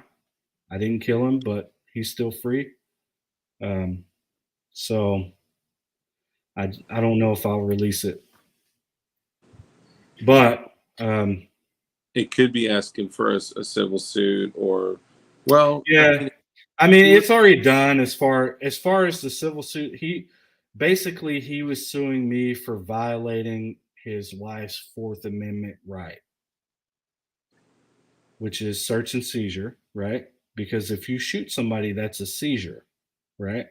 is this the guy that was trying to kill his wife? This is the guy who shot his wife in the face. Okay. But he said that I did it, which forensics shows that I didn't do it. It was a 22 round, not a 223. Mm. So that's what he was suing me for was, you know, violating her Fourth Amendment right to search and seizure. Mm. So, I mean, but I'll say me acting fast and getting on the gun and moving because I was out front, and I'll just kind of give you just like a quick brief. I pulled up. I was supervisor that night, and I had a new rookie, and he pulled up to the house to take the call, and this was our fourth time at this residence for him calling saying, "Hey, I see people outside with lights and lasers and rifles and all kinds of crazy stuff." So he's just seeing stuff, right? Yeah. He was So on. I yeah, I he was on narcotics and alcohol mixed. So I told my deputy, "Hey, just tell him if he doesn't quit calling 911, we're going to take him to jail. I'm done with this tonight. This is the fourth time we've been out here. Can't keep dealing with this." So um, he's as soon as I say that, he says, "Hey, did you hear that?" And I said, "Hear what?" Because I was in the middle of getting out of my vehicle. And he was like, "Oh, I heard a gunshot." And I was like, "Where's it coming from?" He said, "Across the street." So I grabbed my rifle because it's got a very high power weapon light on it, right? and I just kind of pointed across the street just to see what I could see. Pow! Right behind us. I said, "Nope, it's behind us." So I turned around, doubled back, and it was his place and a little like garage type. Um, what do they call them? It's like an overhead with a garage attached to it, right? Like the little metal overheads. Mm-hmm. And I went around the building and just kind of used that as some kind of cover because I didn't know where he was firing from. And during that time, you can watch on the body cam footage, but my deputy dove inside the car and hid while I was trying to engage the guy. But I wound up. There you go, carport. Thank you, appreciate it. Breezeway carport. Yeah. It was a carport. That's the more correct term. So I go around. I'm yelling at him, drop the weapon. I'm announcing 11 and 3/4. That's what my next CQBR is. 11 and 3/4. Yep. Sorry, we can hit that after. I'm sorry. Yeah. I just popped it. I'm sorry. So I'm yelling at him. I announced who I was, all that stuff. He didn't drop it. Next thing you know, I'm kind of getting a better position because he's inside his house shooting out the back door. And I'm trying to get a better position. So if I have to take a shot, that I can take a good accurate shot. And then I heard him charge the rifle, and it was a lever action. Saw the gun dip, he charged it, and then it started coming up, and I kind of had some not like flashbacks of my life, but I remember seeing my kid standing over my grave crying, and my brain was like, nope, not today. And I just started firing. I let off 10 rounds, and so pretty much what happened is I shot the rifle out of his hand. He took a round in the gut, lost some fingers and some other stuff. But when they did the forensics on it, like I zippered up from his hip to his head without even seeing him, but I zippered it up, good accurate rounds. So I don't know. That's pretty much it. But I cleared the scene. I did most everything by myself. It took a backup unit probably about 8 minutes. It took one of my county units probably about 15 minutes to get there. We already had a bird on scene before a county unit got there, so they could flight, med flight his wife out and all that stuff. It took 8 minutes from the point that you arrived or the point that you fired? From the point that I fired and my deputies calling for help. Yeah. It took that long. It took about 8 minutes for the first unit to arrive on scene. And it was a city cop from another city. So it was. Let me ask you this. You rendered aid to, and you don't have to talk about anything you don't want to. I'm just curious. You mentioned that you rendered aid to her. Did she make it? Yeah. And yeah, she actually said that I was the one who shot her to cover for her husband. So she's the one that said it too? Yeah, they both came up with that story. Wow. So and he lived. Did you also render aid to him? No, he was missing some fingers and stuff. I mean, he was all right. Wow. He was bleeding, but I mean, medics weren't that far behind, so he was actually treated and released from the hospital into custody. Okay. So you hit him. You said you hit the rifle and his I actually shot and blew his hand up. The hand that he was using to shoot. Was it the 77 grain taps? No, they were 55s. 55s? Yeah, those are pretty violent.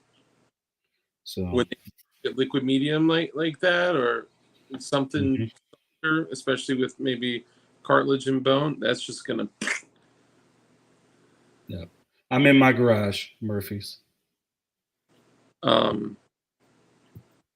Do you know how many other times you hit him? You said you hit him in the gut too.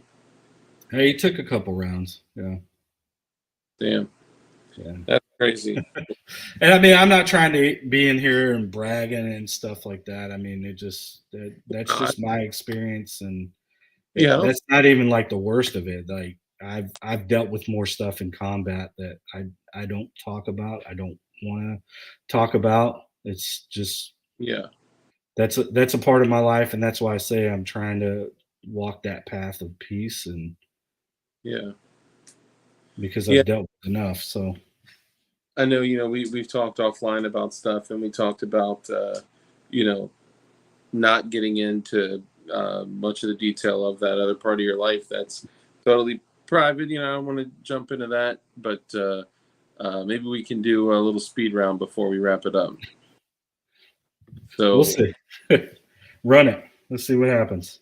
what's your EDC? It depends. I mean, I've got two. I'm either rocking um, the G48 Ronin, or I'm rocking a 365 that is comped out to be a 365 XL. So, Okay, nice. Would you carry your 48 in something like this? I mean, I did for a bit till you got it. Let the people know what this is and how important it is, at least to me, why as it so, is. so HCM used to be a company that I was a part of. We made some cool stuff, some military style holsters as well, some level twos that rival Safariland, and that's our G48 appendix with a. It's got an optics cover on it, and it's rocking TLR 7. So, and it's got a nice little what do we call them on the back? Uh, yeah, I can't remember what we called it. The But thing to push your shit up yeah, so it it's yeah, it just helps you conceal it better. So it pushes it out so that way it's not out there printing and stuff like that. So I'm I'm sorry I'm brain dead. I wasn't ready for for an HCM holster question, but yeah, yeah. I mean, I just think for me it's so important because you were like, hey, like this was mine. I carried it, got a lot of use out of it. yeah, I want to give it to you. And I was like, oh my God, like this, it's super important to me because it was important to you, served right. you for a long time, and you were doing the Warrior Night, Oh one yeah, with I your love that. 48. Yep, I love that holster. That's definitely my favorite holster, the Warrior Knight, because it Yeah. kind of symbolizes kind of my life, and I'm definitely one of those night guys. I like to be in the night and run my nods and all that fun stuff. Oh, yeah. So nods, what kind of nods you rocking? 14s or 31s? Yeah, I got 14s. I've worn 31s for quite a few years. I just don't have 31 money. You know, I feel you. back when I was working with certain people, they had the 31 money, not me. Yeah. So, and that's how I was able to get it. But yeah, 31s, white Foss, that's the life. But yeah, I'm just rocking a single 14. So Yeah. that's why my logo, you see the 31s on there. Yeah. Hell yeah. Uh, Yes, talking mil, nods. Good. 9 mil or 40 cal? Um, I like 9 mil, and the reason why I like 9 mil is because capacity. I can carry more, and I mean they don't make a G48 type 40 cal. It's 9 mil, so If they did, would you rock it? I don't think you'll get the same mag capacity. I like having 20 with those shields. I Yep. love having 20. In my appendix right now, 20 Yeah, plus one on a very, very you know, yeah, reasonable size platform. yeah.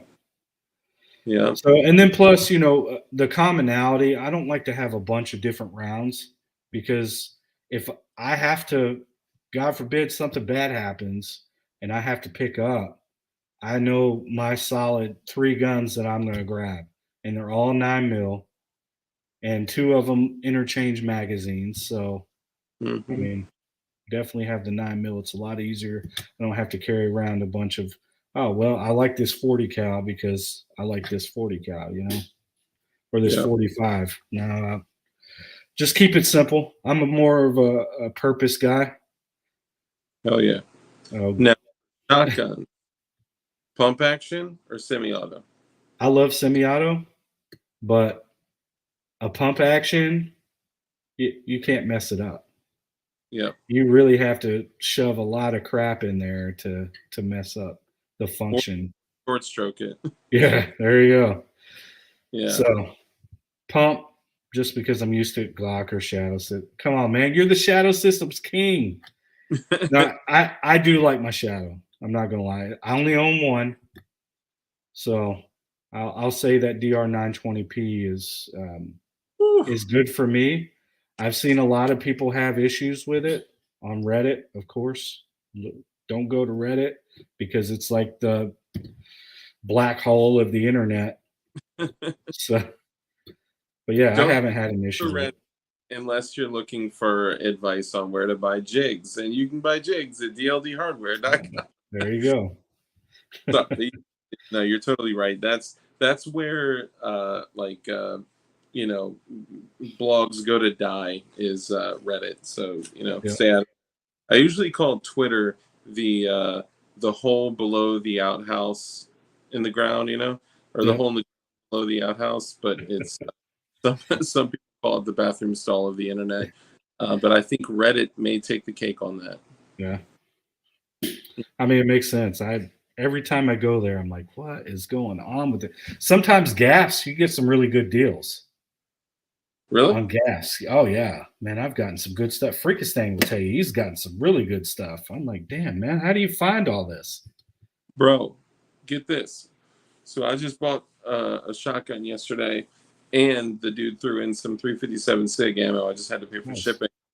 So I got a 14 and a half inch Mossberg Shockwave Okay. with the Mesa Tactical AR adapter. So it's got the AR grip and Yep. the AR tube Yep. with an A4 stock with a True Glow tritium fiber optic front sight. What do you think I paid for it?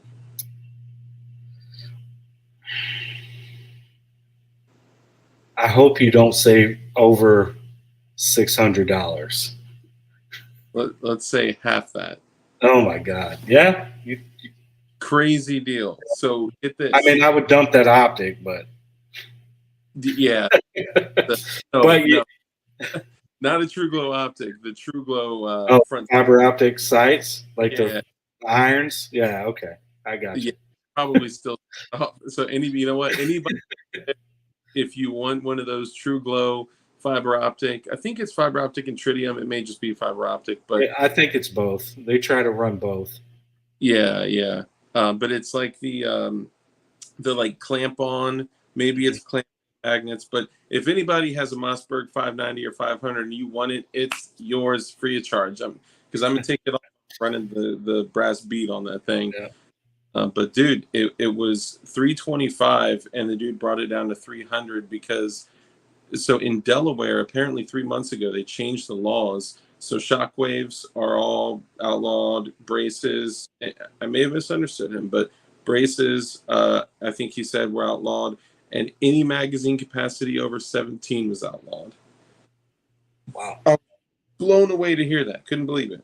Well, I thought that in Maryland before you couldn't purchase it there, but you could have the magazine, but you couldn't purchase it there. You can in Maryland, yes. This was Okay. Yeah, yeah. I got it. It's so crazy to and Windex says 17 is such a random number. So I think what these dudes do is they literally look at popular handguns Mm-hmm. and let's land on 17 because you can buy a Glock 17 or a SIG 226 or Beretta 92 FS and be like around that number. So it's ridiculous, but it is what it is. Okay, back to the speed round. SIG 226 or Beretta 92 style. I love them both, man. That's a hard one because I have both. Yeah. So, oh, It I'm gonna go Sig, and the reason why is because the Beretta, I love it. It's a great for over here, but once you start getting in terrible freaking environments, yeah, um, I've had them fail, and I've thrown it because I was like, I'm done with this thing. So yeah, um, yeah, I love my '92. I love my M9. I actually the '92 that I have was my best friend's. He was that's what he carried up until the day that he died. He was the deputy.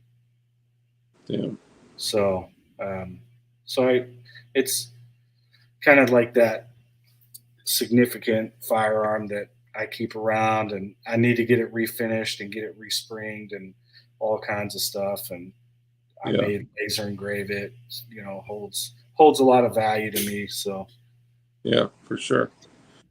Um, what about a printed frame or an 80% frame? 80% all day, Yeah. all day. I mean, I'm not gonna lie. I do have one printed frame. Um, I don't have what I need to make it run, so I haven't built it out. So, and Now, it's, and I think I don't have what I need because it was a terrible print, is the problem. So, I thought you were a more skilled printer than that, man. no, no. Mm-mm. This was printed for me, but that was done by somebody who knows a little bit more than I do. Can we all, everybody here, we got 60 something people here still. Can we all take a moment and honor that we have a dude? Now, you're right, it's just a dude, right? But I think people get this picture in their head of what, like, police or people that used to be police are, were, whatever. Like, we got a dude that, for anybody out there that's like, anti cop, whatever the fuck, right? We had a dude building guns from 80% frames, 3D printing guns. You know, it took like this. Cops are just dudes. Not Yeah, all. I mean, I'll be honest with you. I know about 15 other that build. They love it. Mhm. So I'm not the only one. Yeah, It's just not, and that was all because of MGB. I'll just keep it real. Like all these dudes, I met them through MGB, and that's what we got into, especially during um, the COVID period.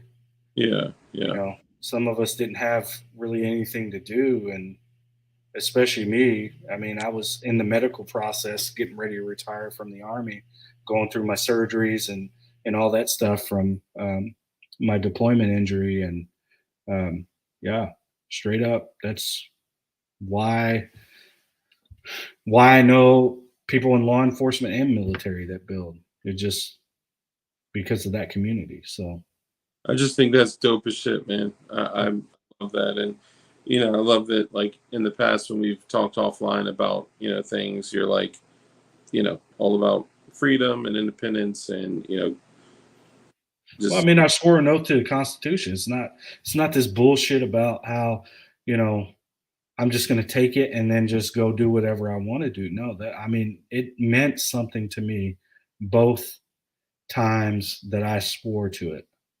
And I swore to it every time I re-enlisted and everything. And every time we did our swear-ins, because we do it every election year as a deputy sheriff. Our sheriff swears us in, and it means something to me. Like yeah, that's the reason why I did it. And I was bitter for a while about how the army treated me and all this stuff. And pretty much when you get hurt and you're in the army, you're just a piece of trash and they just throw you away. It doesn't matter what skills you possess, how many deployments you've been on, how many awards you've gotten, all the good stuff. It just doesn't matter. So I was bitter about that. And I think that's why I've kind of turned this whole new leaf about understanding what's in my control and controlling how I feel and how I treat other people and all that stuff. So just kind of walk through the garden per se.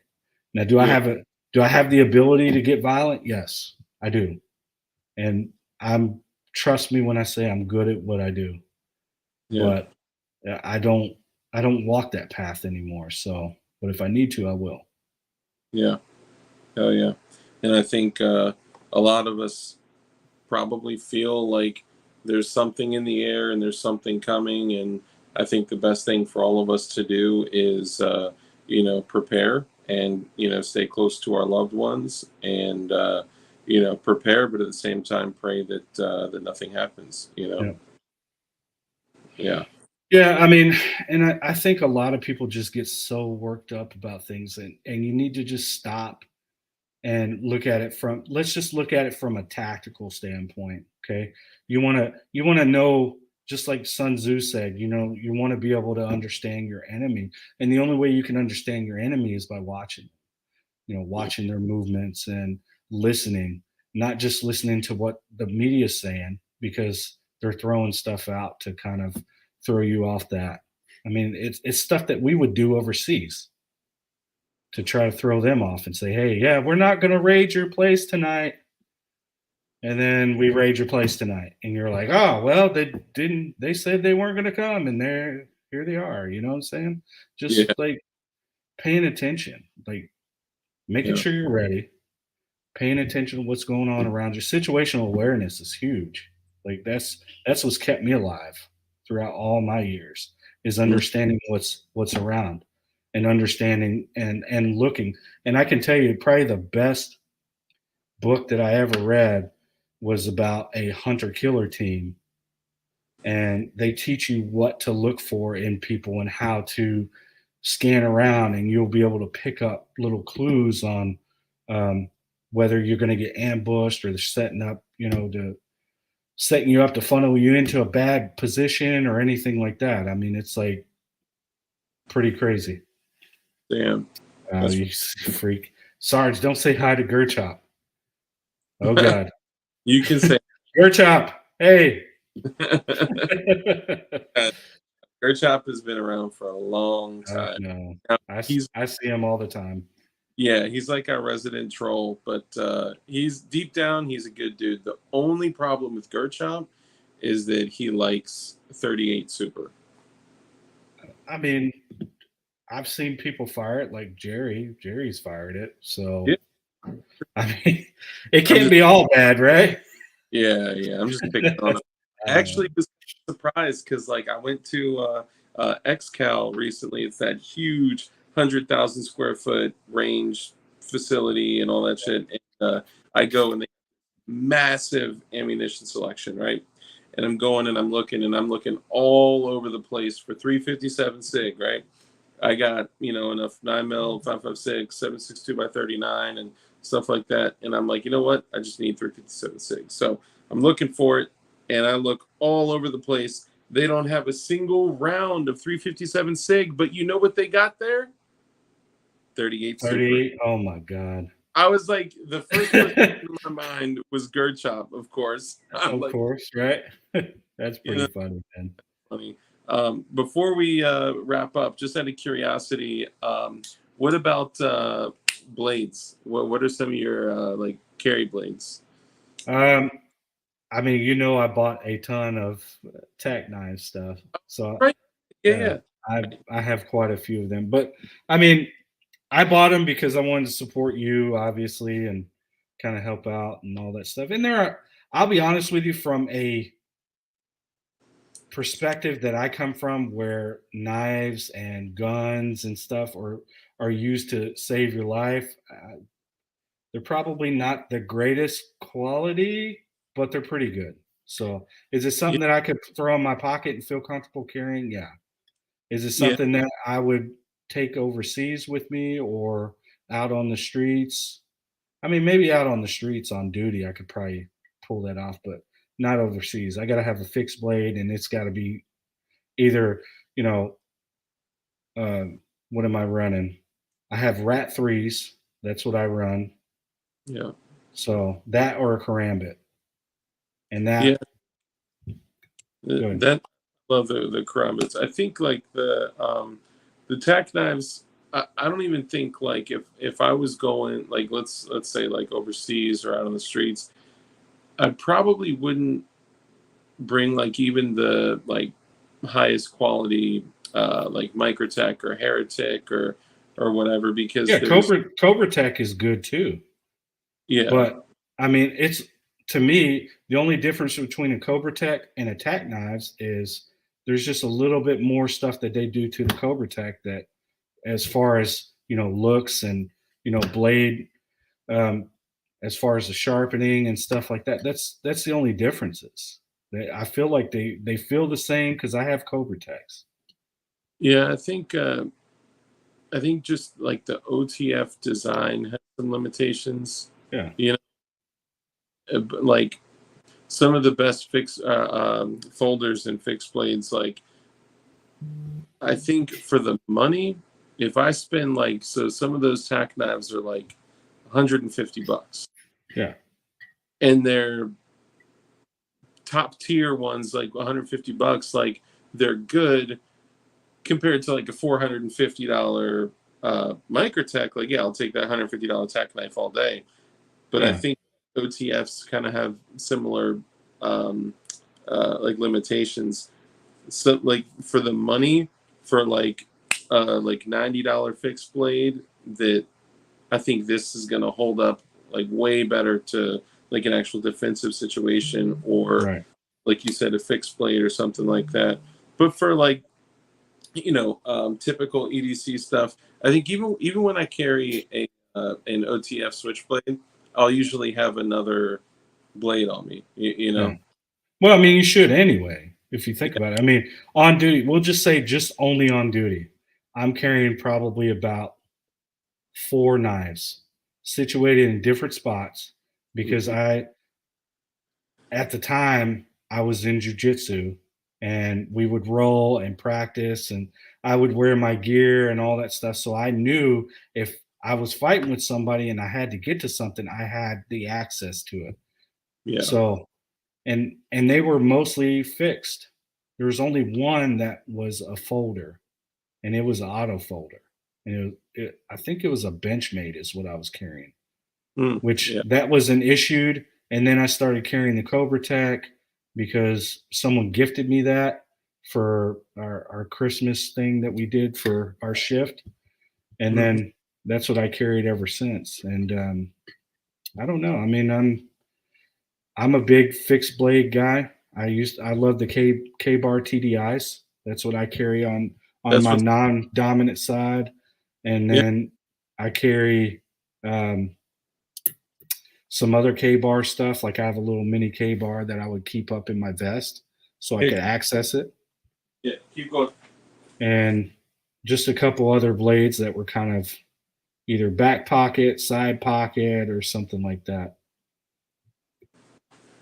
This is my GTO FM knife. Yeah, The get yeah, off.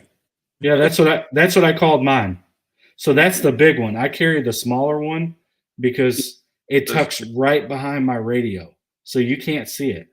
You'll Oh, nice. never know it's there. So if you're attacking me and you're trying to find something to Hmm. grab and use against me, you don't even know it's there. It's such a great design because it's similar to like the idea of a karambit, Yeah. but and I did have the smaller one. I actually gave it to a friend, and I always regretted it because even when they continued to make the other smaller TDIs, they never put the same belt clip that they had on like the Yep. older ones, and I was Yep. always about that. This one is the Molly. Yeah. Um, No, I brand. have that one too. So I Oh, used to carry that on my SWAT vest. So that way I could rip it if I need to or was it whatever. right hand or left hand? I would off carry Okay, so this because I kept my rat over here behind my pistol, and yeah. then I kept the other one on the opposite side so I could get to it, rip it out, and Yeah. This one is under, like it's on the right side, like right yeah, here yeah, in my carrier, because I figure if I'm like, if someone goes for my gun, I'll be able to have it like yeah, reasonably close. Now I'll also have, so I keep a small fixed blade basically at like 11:30, 12 o'clock on my front waistband, and that way I can grab it with my right hand or my left hand if I Well, need. I will tell you, you need to change that placement. And the reason why is because if someone's going for your firearm, right? Say you're wearing it like I would wear it, either on a belt or a drop leg or something. And I don't wear drop legs. So um, the reason why you want to go offhand is so you can tuck and then you can lock in their arm. And then when you hit them with that left side and catch that arm, it's going to force them to give it up because you're gonna hit them right in that nerve bundle and that um, what's that radial? I don't know what I'm trying to say, but like that ligament or whatever that runs down through here. Okay. And if you catch it right, they'll lose their hand. Like they won't be able to move it, and they'll lose like these couple fingers. So I just look at it like that: trap the arm with your dominant hand. And then just run it up on them. So if I can trap their arm and then grab it, let's say grab it with my left hand. Yeah. But it's like a straight fixed blade. It's across the room. It's one of the cold steel clip points that has the it's like a spot where you kind of stick your fingers through and grab it. It's a little hard to draw. Let me see. Is it? I think it's over there. Yeah, it's on the other side. But it's so you're saying place it where? I would go opposite. So how you have that one, and the reason why you want that one, that K-bar TDI that way, is because when you're coming in, you can come straight across, and like this instead of okay, now I have this weird thing and I have to do this, or you want to come under and scoop up like that because then you're going to run all that meat. I mean, that's just something to think about. Or you can hit that wrist if you need to, which I wouldn't recommend it because now you're getting too close to your own body and stuff like that. But I'm more of a purpose guy, and it's how I trained, and it works. So, originally it's on my my rig right next to my holster, kind of like under when I used to rock a drop leg. It was under it, up, and kind of on top of it. Yeah. But if I need to grab my pistol or retain my pistol with my right hand, in theory, I'd have to let go to draw. Well, and then think about this: is you got to think about how your brain's going to react in that situation. What's your brain going to want to do? It's going to want to retain that gun because it's like, oh crap, he's going to get my gun and kill me with it, right? Yeah. So you want to limit that and use the hand that you should have it on so you can come across and run it. It's a lot easier to just get your brain to do a different pathway to bring it over and cut them versus, oh God, now I got to get it up and I got to hurry up and make sure that I hit them without hitting myself.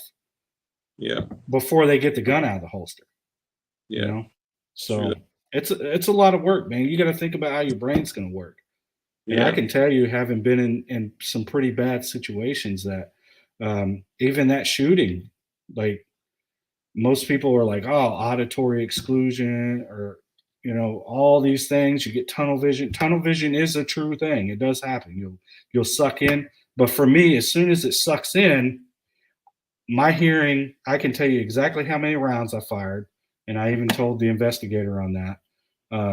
But my stuff, it sucks in and then it just blows up so I can see everything because my brain is so trained to be aware of everything that's going on, especially when you've been out in the middle of nowhere and you're in a huge ass firefight and you can't trust the building that you're hugged up against because you don't know if there's an insurgent in there or what. So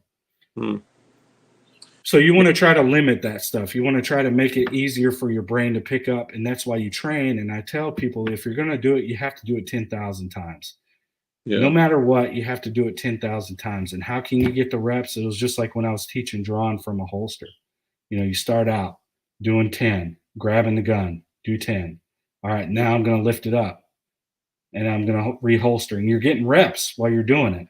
Even when you're going punching out and drawing the gun to reholstering, you're still getting reps through all that stuff. And every time before I go work, I grab my pistol, it'd be unloaded. I do an admin reload, punch out, holster up, and then when I come home, out, punch out, off, clear it and put it in the safe or put it up or whatever.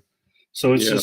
it's all about repetition and training your brain to understand that under stress, you're going to react a lot different than what you think you're going to do. Yeah. That's interesting because I've been in Murphy's Law. Thank you, brother. He says, Mm. Dark, I want to say thank you to you and our family here. I'm now over 600 subs. Man, Awesome. good for you. That's awesome, man. So I was in one situation where, oddly enough, a 40 cal saved my life. Yeah. So I went to a party that I shouldn't have gone to. I was invited to it. I said no. I was already literally driving home for the night, and my was like, dude, I'm going alone. Like, I don't want to go alone. Come with me. Eventually talked me into it, and I went. And this was like right when I was kind of trying to, change my surroundings, the people around me, and all that, because I was like, kind of going through this thing where like now I'm carrying a gun, so like I can't get in a road rage incident because that could become a fatal incident. I don't want to get in a fist fight because that could become a fatal incident. I want to engage from anything, which includes unknown events, unknown parties with unknown people. But for my boy, I was like, all right, I'll go. Long story short, this guy was there acting a fool, trying to fight everybody. He got thrown out. His boy, on the way out, took a kitchen knife, and he had kind of targeted me when we were inside there. So we waited. The coast was clear. We left together. The second that I got outside, he popped up from behind one of the cars, and they started rushing me. There's a little bit more to it, but time. Yeah, I think we talked about that, but I remember that. Yeah. Yep. Right. Basically, the kid snuck one out, brought it to him. He came from up behind the car, and he had it tucked behind his forearm with it down like this. So he was hiding the fact that he had a knife. And looking back on it, I was like, okay, if you're hiding the fact that you have a knife and you're rushing somebody, you're going to use it. If you're running out like, I'm going to cut you, like trying to like front with it, then you're just like showing it off, trying to look like a badass. But this dude had that shit tucked behind his forearm, and it was a kitchen knife, like I think it's the cleaver, not the chef's knife, like a chef's knife. And anyway, he's approaching me, and I just thought he was going to try to fist fight, so I was kind of like getting ready. My boy was right next to me, to the left of me, and I'm right outside of the breezeway on like a concrete step, right before the next step, and then the parking lot is outside. And this dude was going crazy, man, and like was shaking a street sign and like shirt off, like incredible style. But anyway, after that, so he's approaching me, and he's walking super fast, and the street light hit the glare on that blade like just right, and I yelled, "He's got a knife! He's got a knife! He's got a knife!" Trying to tell my boy because he was unarmed, and it just like a split second. I drew a shitty ass Glock 23 out of a shitty ass Don Hume holster, but it was like less than 2 seconds up in the air, and I have never screamed so loud in my life. Stop, drop it, freeze. I'm going to shoot you. I will shoot you in the face. Don't fucking move. And he, I think, was so inebriated that like he didn't understand that I wasn't just saying stop, like that I was, because when you got the business end of a gun pointed at you, you got like this much that you can actually see. Very little you can actually see. And finally got close enough, like within where like all the draw on the tree, like I was at the wall, like I was about to shoot this dude, and he finally realized that I was pointing a gun at him, and he dropped the knife, put his hands up, he got down on his knees, and I kicked the knife away and just basically got the fuck out of there. The moment that I went back and started walking away, all these people flooded out of the party, and they were like, "What's going on?" And all they saw was a guy with a gun. So after that, Went over to the shopping center that's closest to them, and 40 cal for the win. Yeah, yeah, whatever, guys. And I knew that there was police officers at this movie theater shopping center area, so I went over there because I was like, they may have already gotten out a call with my vehicle license plate, my description. So I go up and I'm literally raising my hands, and I was like, officer, I need your, I'm friendly, don't kill me. And I tell him like, dude, this guy pulled a knife on me. I had to draw my handgun on him, but like, I'm good. And he's like, did you shoot him? I was like, no, I didn't shoot him. He's like, why didn't you shoot him? I was like, because I didn't need to. He dropped the knife.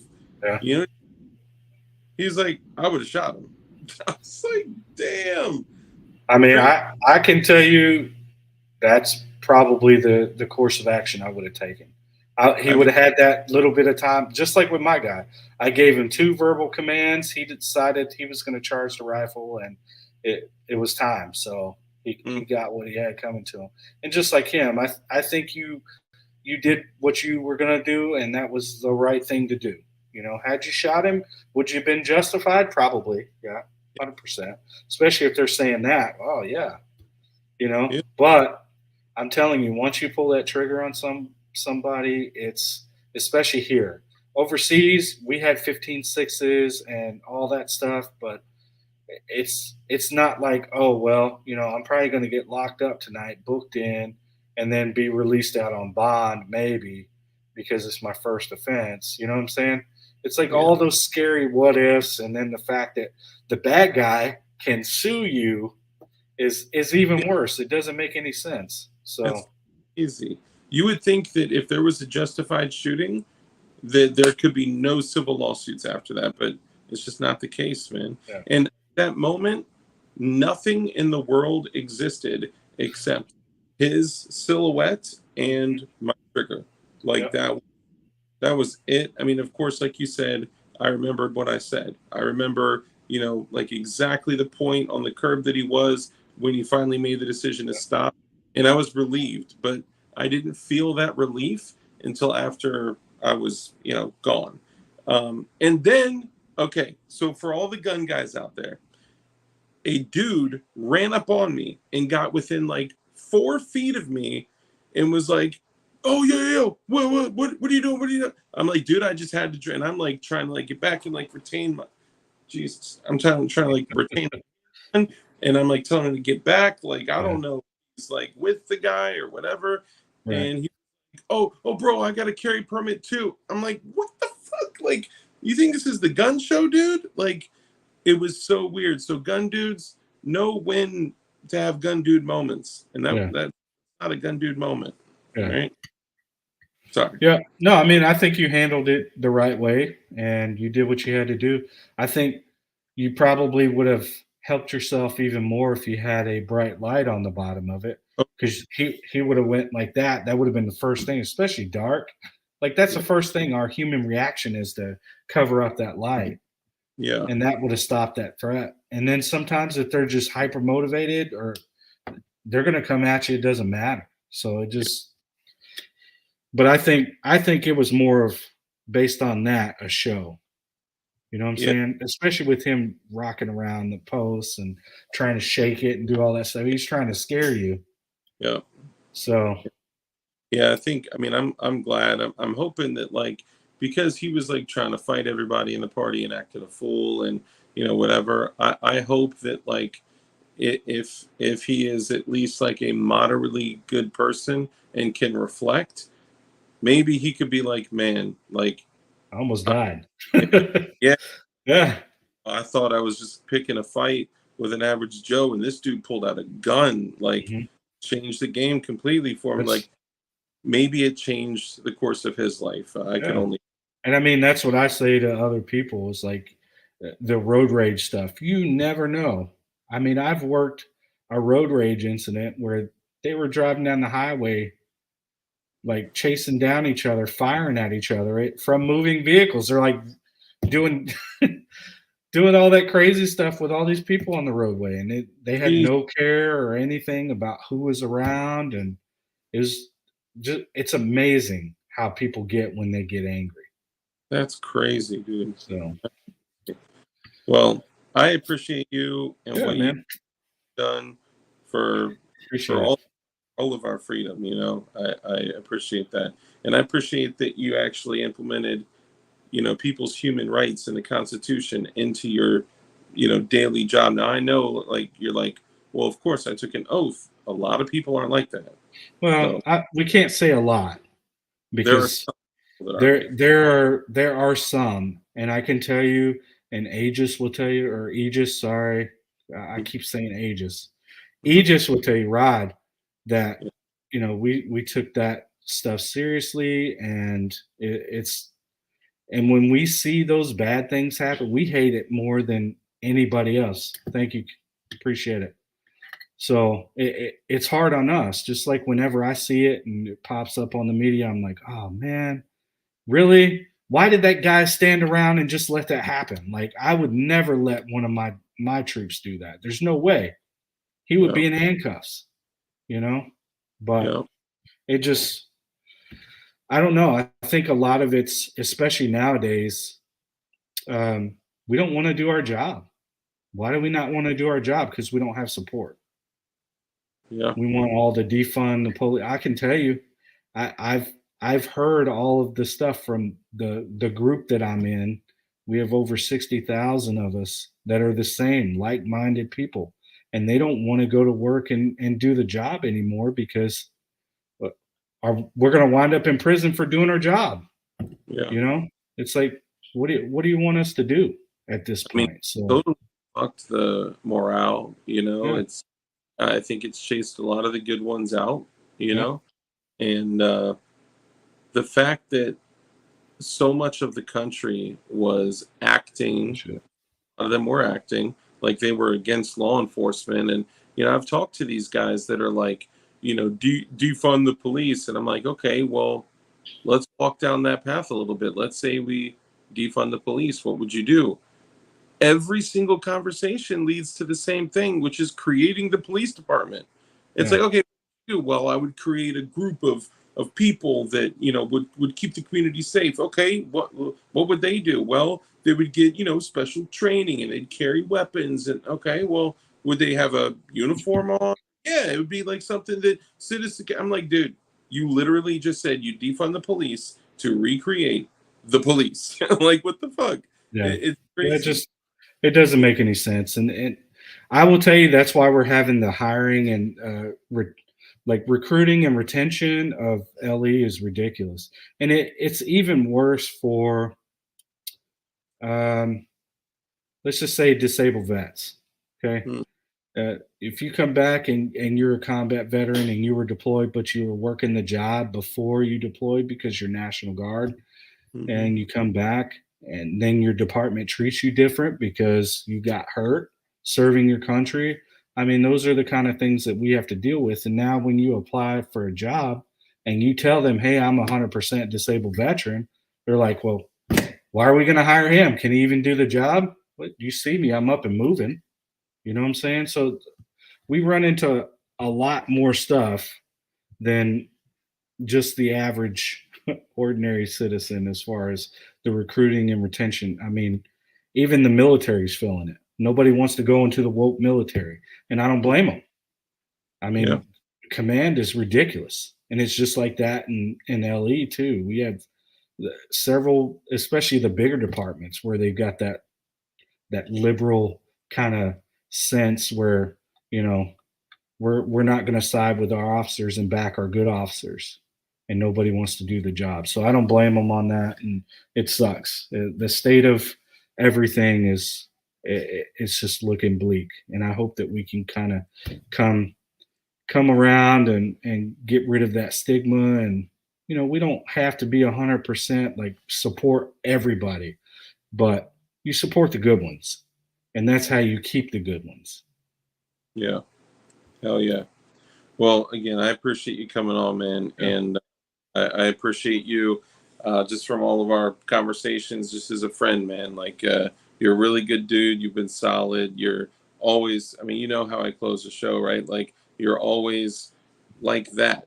Coming from a place of contribution, given to others, and I don't know. I just appreciate you, man, a lot. Thank you. So, Appreciate that. yeah. And as we go ahead and close out, man, remind everybody, who you are and where they can find you and all that. All right. I'm the angry guy. Promise you I'm angry. No, everybody calls me Happy Sarge. I'm like, I'm not Yeah. really that happy. I'm nice, but I can have a mean streak. Yeah, I've But actually never seen you angry. Actually, now that it's not a good thing. Yeah, think of Incredible Hulk like on steroids. That's what kind of mad I get. But yeah, no, yeah, I'm just a good dude. I like to take care of my people, especially my people in my Discord or my biggest supporters, and I've been growing. But you can find me on Instagram, angry_Sarge. I'm gonna work out the whole YouTube. I'm still messing with that, trying to figure that nightmare out because I do have an account, but I don't like that account. I want to make it kind of separate from my own personal stuff and yeah. all that. Um, so for now, Instagram, and that's it. Just a dude playing a dude disguised as another dude. Oh yeah. Guys, I will let you know. At first, I said that wasn't John Crump, but it appears that he is. John Crump, if that's really you and it's not some imposter. Okay, all right, never mind. He said it. Okay, all right, you're good. You're good. I've never seen that channel before. I always see John Crump Yeah. News. That's an imposter, y'all. So that is Crump. He's supposed to call. He is. So, oh, where can I get my Tyrant Killer patch? So you guys, I'll let all y'all know. You guys will have to hit I'm, up Tame the Bang. yeah, I'm still waiting for mine. They sent it. Oh, But really? yeah, I'm still waiting for it. Nice. Yeah, Tame the Bang on Instagram. The other thing you can do is every Friday at 9 p.m., the Serialists crew. Oh my God, I put my Serialist shirt in the laundry and it's been sitting there all day and I didn't change it. Damn it. Wet clothes sitting there for a whole day. Whoops. This is me too. What? How many channels you got, bro? But yeah, go to Tame the Bang and ask for a Tyrant Killer patch. Apparently, he says they're burning a hole in his pocket, and he's like, I'm just trying to get rid of them. So the other thing you can do is every Friday at 9 p.m., there's a show called Serialists, and they review builds. The Yeah. other thing, did speak with the crew at Serialist. I spoke with everyone. Okay, so no one get in their feelings. I am gonna bring back the show and tell, which turned into glow and tell, which turned into builders banter, and I'm getting pictures sent to me. If you guys want to show off your builds, you can show off your builds. Email me. I'll actually type in my email right now. Oh shucks. Woo. That was almost bad. Hold on. Well, while you're doing that, I forgot to mention Yep. Talking Trash with Panda is on Friday as well. So if Oh, you that's want to pull up Serial List and then throw us on another screen, come check us out. We're going to have Carbon Q. She's going to talk about prepping and some other stuff. And then our next guest, which is I think the 18th, is going to be Frank Castle Customs. He's going to show up woo. and then next week, I'm going to talk to Tactical Considerations. He's going to show up, and MGB is going to show up in December. So December, we've got two guys. One, they're both heavy hitters. So we're going to have MGB on, and we're going to have Mike from Tactical Considerations as well. So, Dude, that's awesome. Actually, hit up Tactical Considerations and asked if he'd be down to come on. Didn't hear back from him though. So if you can, yeah. So I'll tell you, he's out of town. Okay. So I won't say that he gives me favor, but we're both military guys. So he's a ranger and a cop, at one point. So we kind of, yeah, that's nice. Who did that? Who touched it? Who you think? That's your I don't boy, know. Who? Frank Castle. No. Who'd you get that from? the swamp dogs. No, I did that. Oh, you did that? I I thought. did that. No, the strike. I think he has a strike 80 that Frank did. Oh, that's right. That's right. Yeah, You're right. I stippled that. Sorry. Dang, good job, man. I appreciate it. I mean, it's terrible, but No, that's my early work, man. dude, I would love to send some totally lawful blanks with no jigs, tools, or instructions out to you to get done. I appreciate that, man. But Yeah. yeah, we've got a big lineup coming up. You can either support me or show up to Serialist and support them. I appreciate coming on here and getting a lot of love from you guys. So thank you. Hell I yeah. And I'm always grateful. I know honestly, and that's not mine. I'm totally fronting in the rental. That Swamp Dogs. I was supposed to send it back to him, and then I did, and then it came back to me for some reason, return to sender, and then I was bring it to you at Iraq Veteran Shoot, and then none of us, went to Iraq Veteran Shoot. Wow. So Yeah. back, but can people send blanks out to you to get work done? I won't take them, and the reason why is because I've got so much other stuff going on right now, trying to I guess figure out what my next step is as the influencer stage. I mean, I've got some companies that reached out to me that I'm going to announce, and they're not like small companies, Mm-hmm. so I'm trying to get ready for that. And I mean, I wish I could, but I Yeah. just honestly I don't have the time. Oh yeah. But No. that's why we have good people like Shogun Customs, Frank Castle Customs, Glad Hill Customs. Glad Hill's still around, so those Yeah. guys are freaking dope and turn out a lot of stuff. So Well, you got to do what's best for you, man. And the next step of Sargeville, that's all on you, yeah, brother. Let no, us. I appreciate it. I actually got a surprise this morning. I got an email from Ronin Tactics, and he wanted to get some of my sweet merch. So so I'm gonna Well, send a package out to him in the morning. let us know, how we can support you. Even if it's popping in the chat and just letting us know. And of course, all you guys. That's right. I forgot that talking trash, on Tactical Trash Yeah, Pandas and Serialist kind of conflict, but yeah, support both of them. Pop in. Not everybody's going to watch Serialist. Not everybody's going to go there. So toggle back and forth, show some love, support, and chat and all that. And yeah. aside from that, I'm gonna go ahead and close it out. You got anything else, brother? Yep, just like how you do your clothes and how I do my clothes. I'm gonna leave you with this. You got to remember what's in your control. What's in your control is how you treat yourself, how you treat others, and what's important with that is that you live your best, and how you live your best is in service of others. Mm, damn, that's a more abbreviated way of how I do my long ass clothes. That's dope, man. Yeah, and sub to Angry Sarge, y'all. So you have a YouTube channel up? I don't have the second one yet. I'll get that announced later, but Yeah, IG right now, just hit me up on Instagram, and that's the best place to see what I've got going on right now. yeah, yeah. Hell yeah. Yeah, my bad. You mentioned that too. Sorry. So make sure you go catch him on Instagram. And I'm sure when he has that YouTube channel up, he'll blast it out to Yeah. all y'all. Yeah. In closing, I'll finish up the stream like I do every other stream, which is rule number one is to be kind.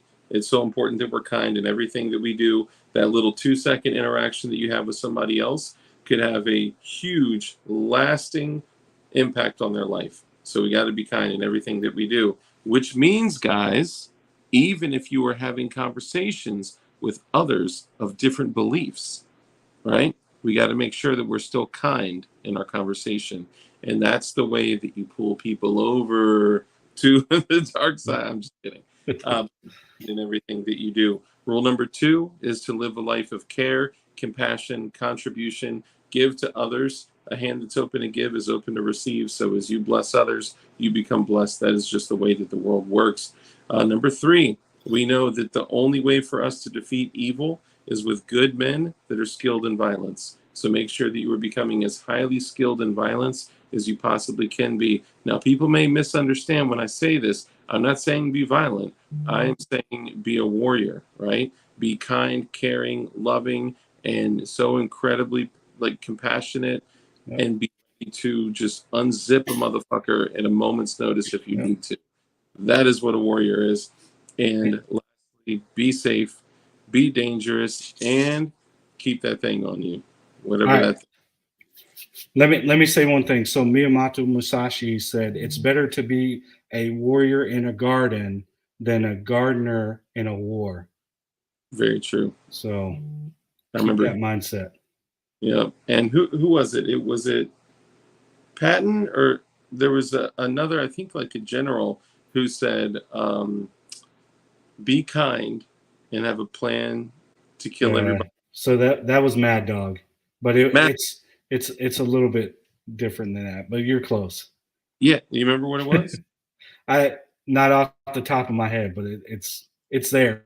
It's floating. So Somebody will probably pop up and say, like, Sport Brand. I remember Sport Brand is before. Well, I appreciate you guys. Thank you for coming out. Thank you for supporting me and supporting Dark and the rest of us out here doing it. Oh yeah, love all y'all. Oh, that's great. Jordan Peterson says, "Be a monster, but control it." That's great. I love all y'all. Thank you so much, Angry Sarge. Thank you so much for joining us. And with that, we're out. Remember, guys, post comments. I'm going to do giveaways in the future. So comment on the comments and like all the comments and all that stuff. All right, y'all. Peace.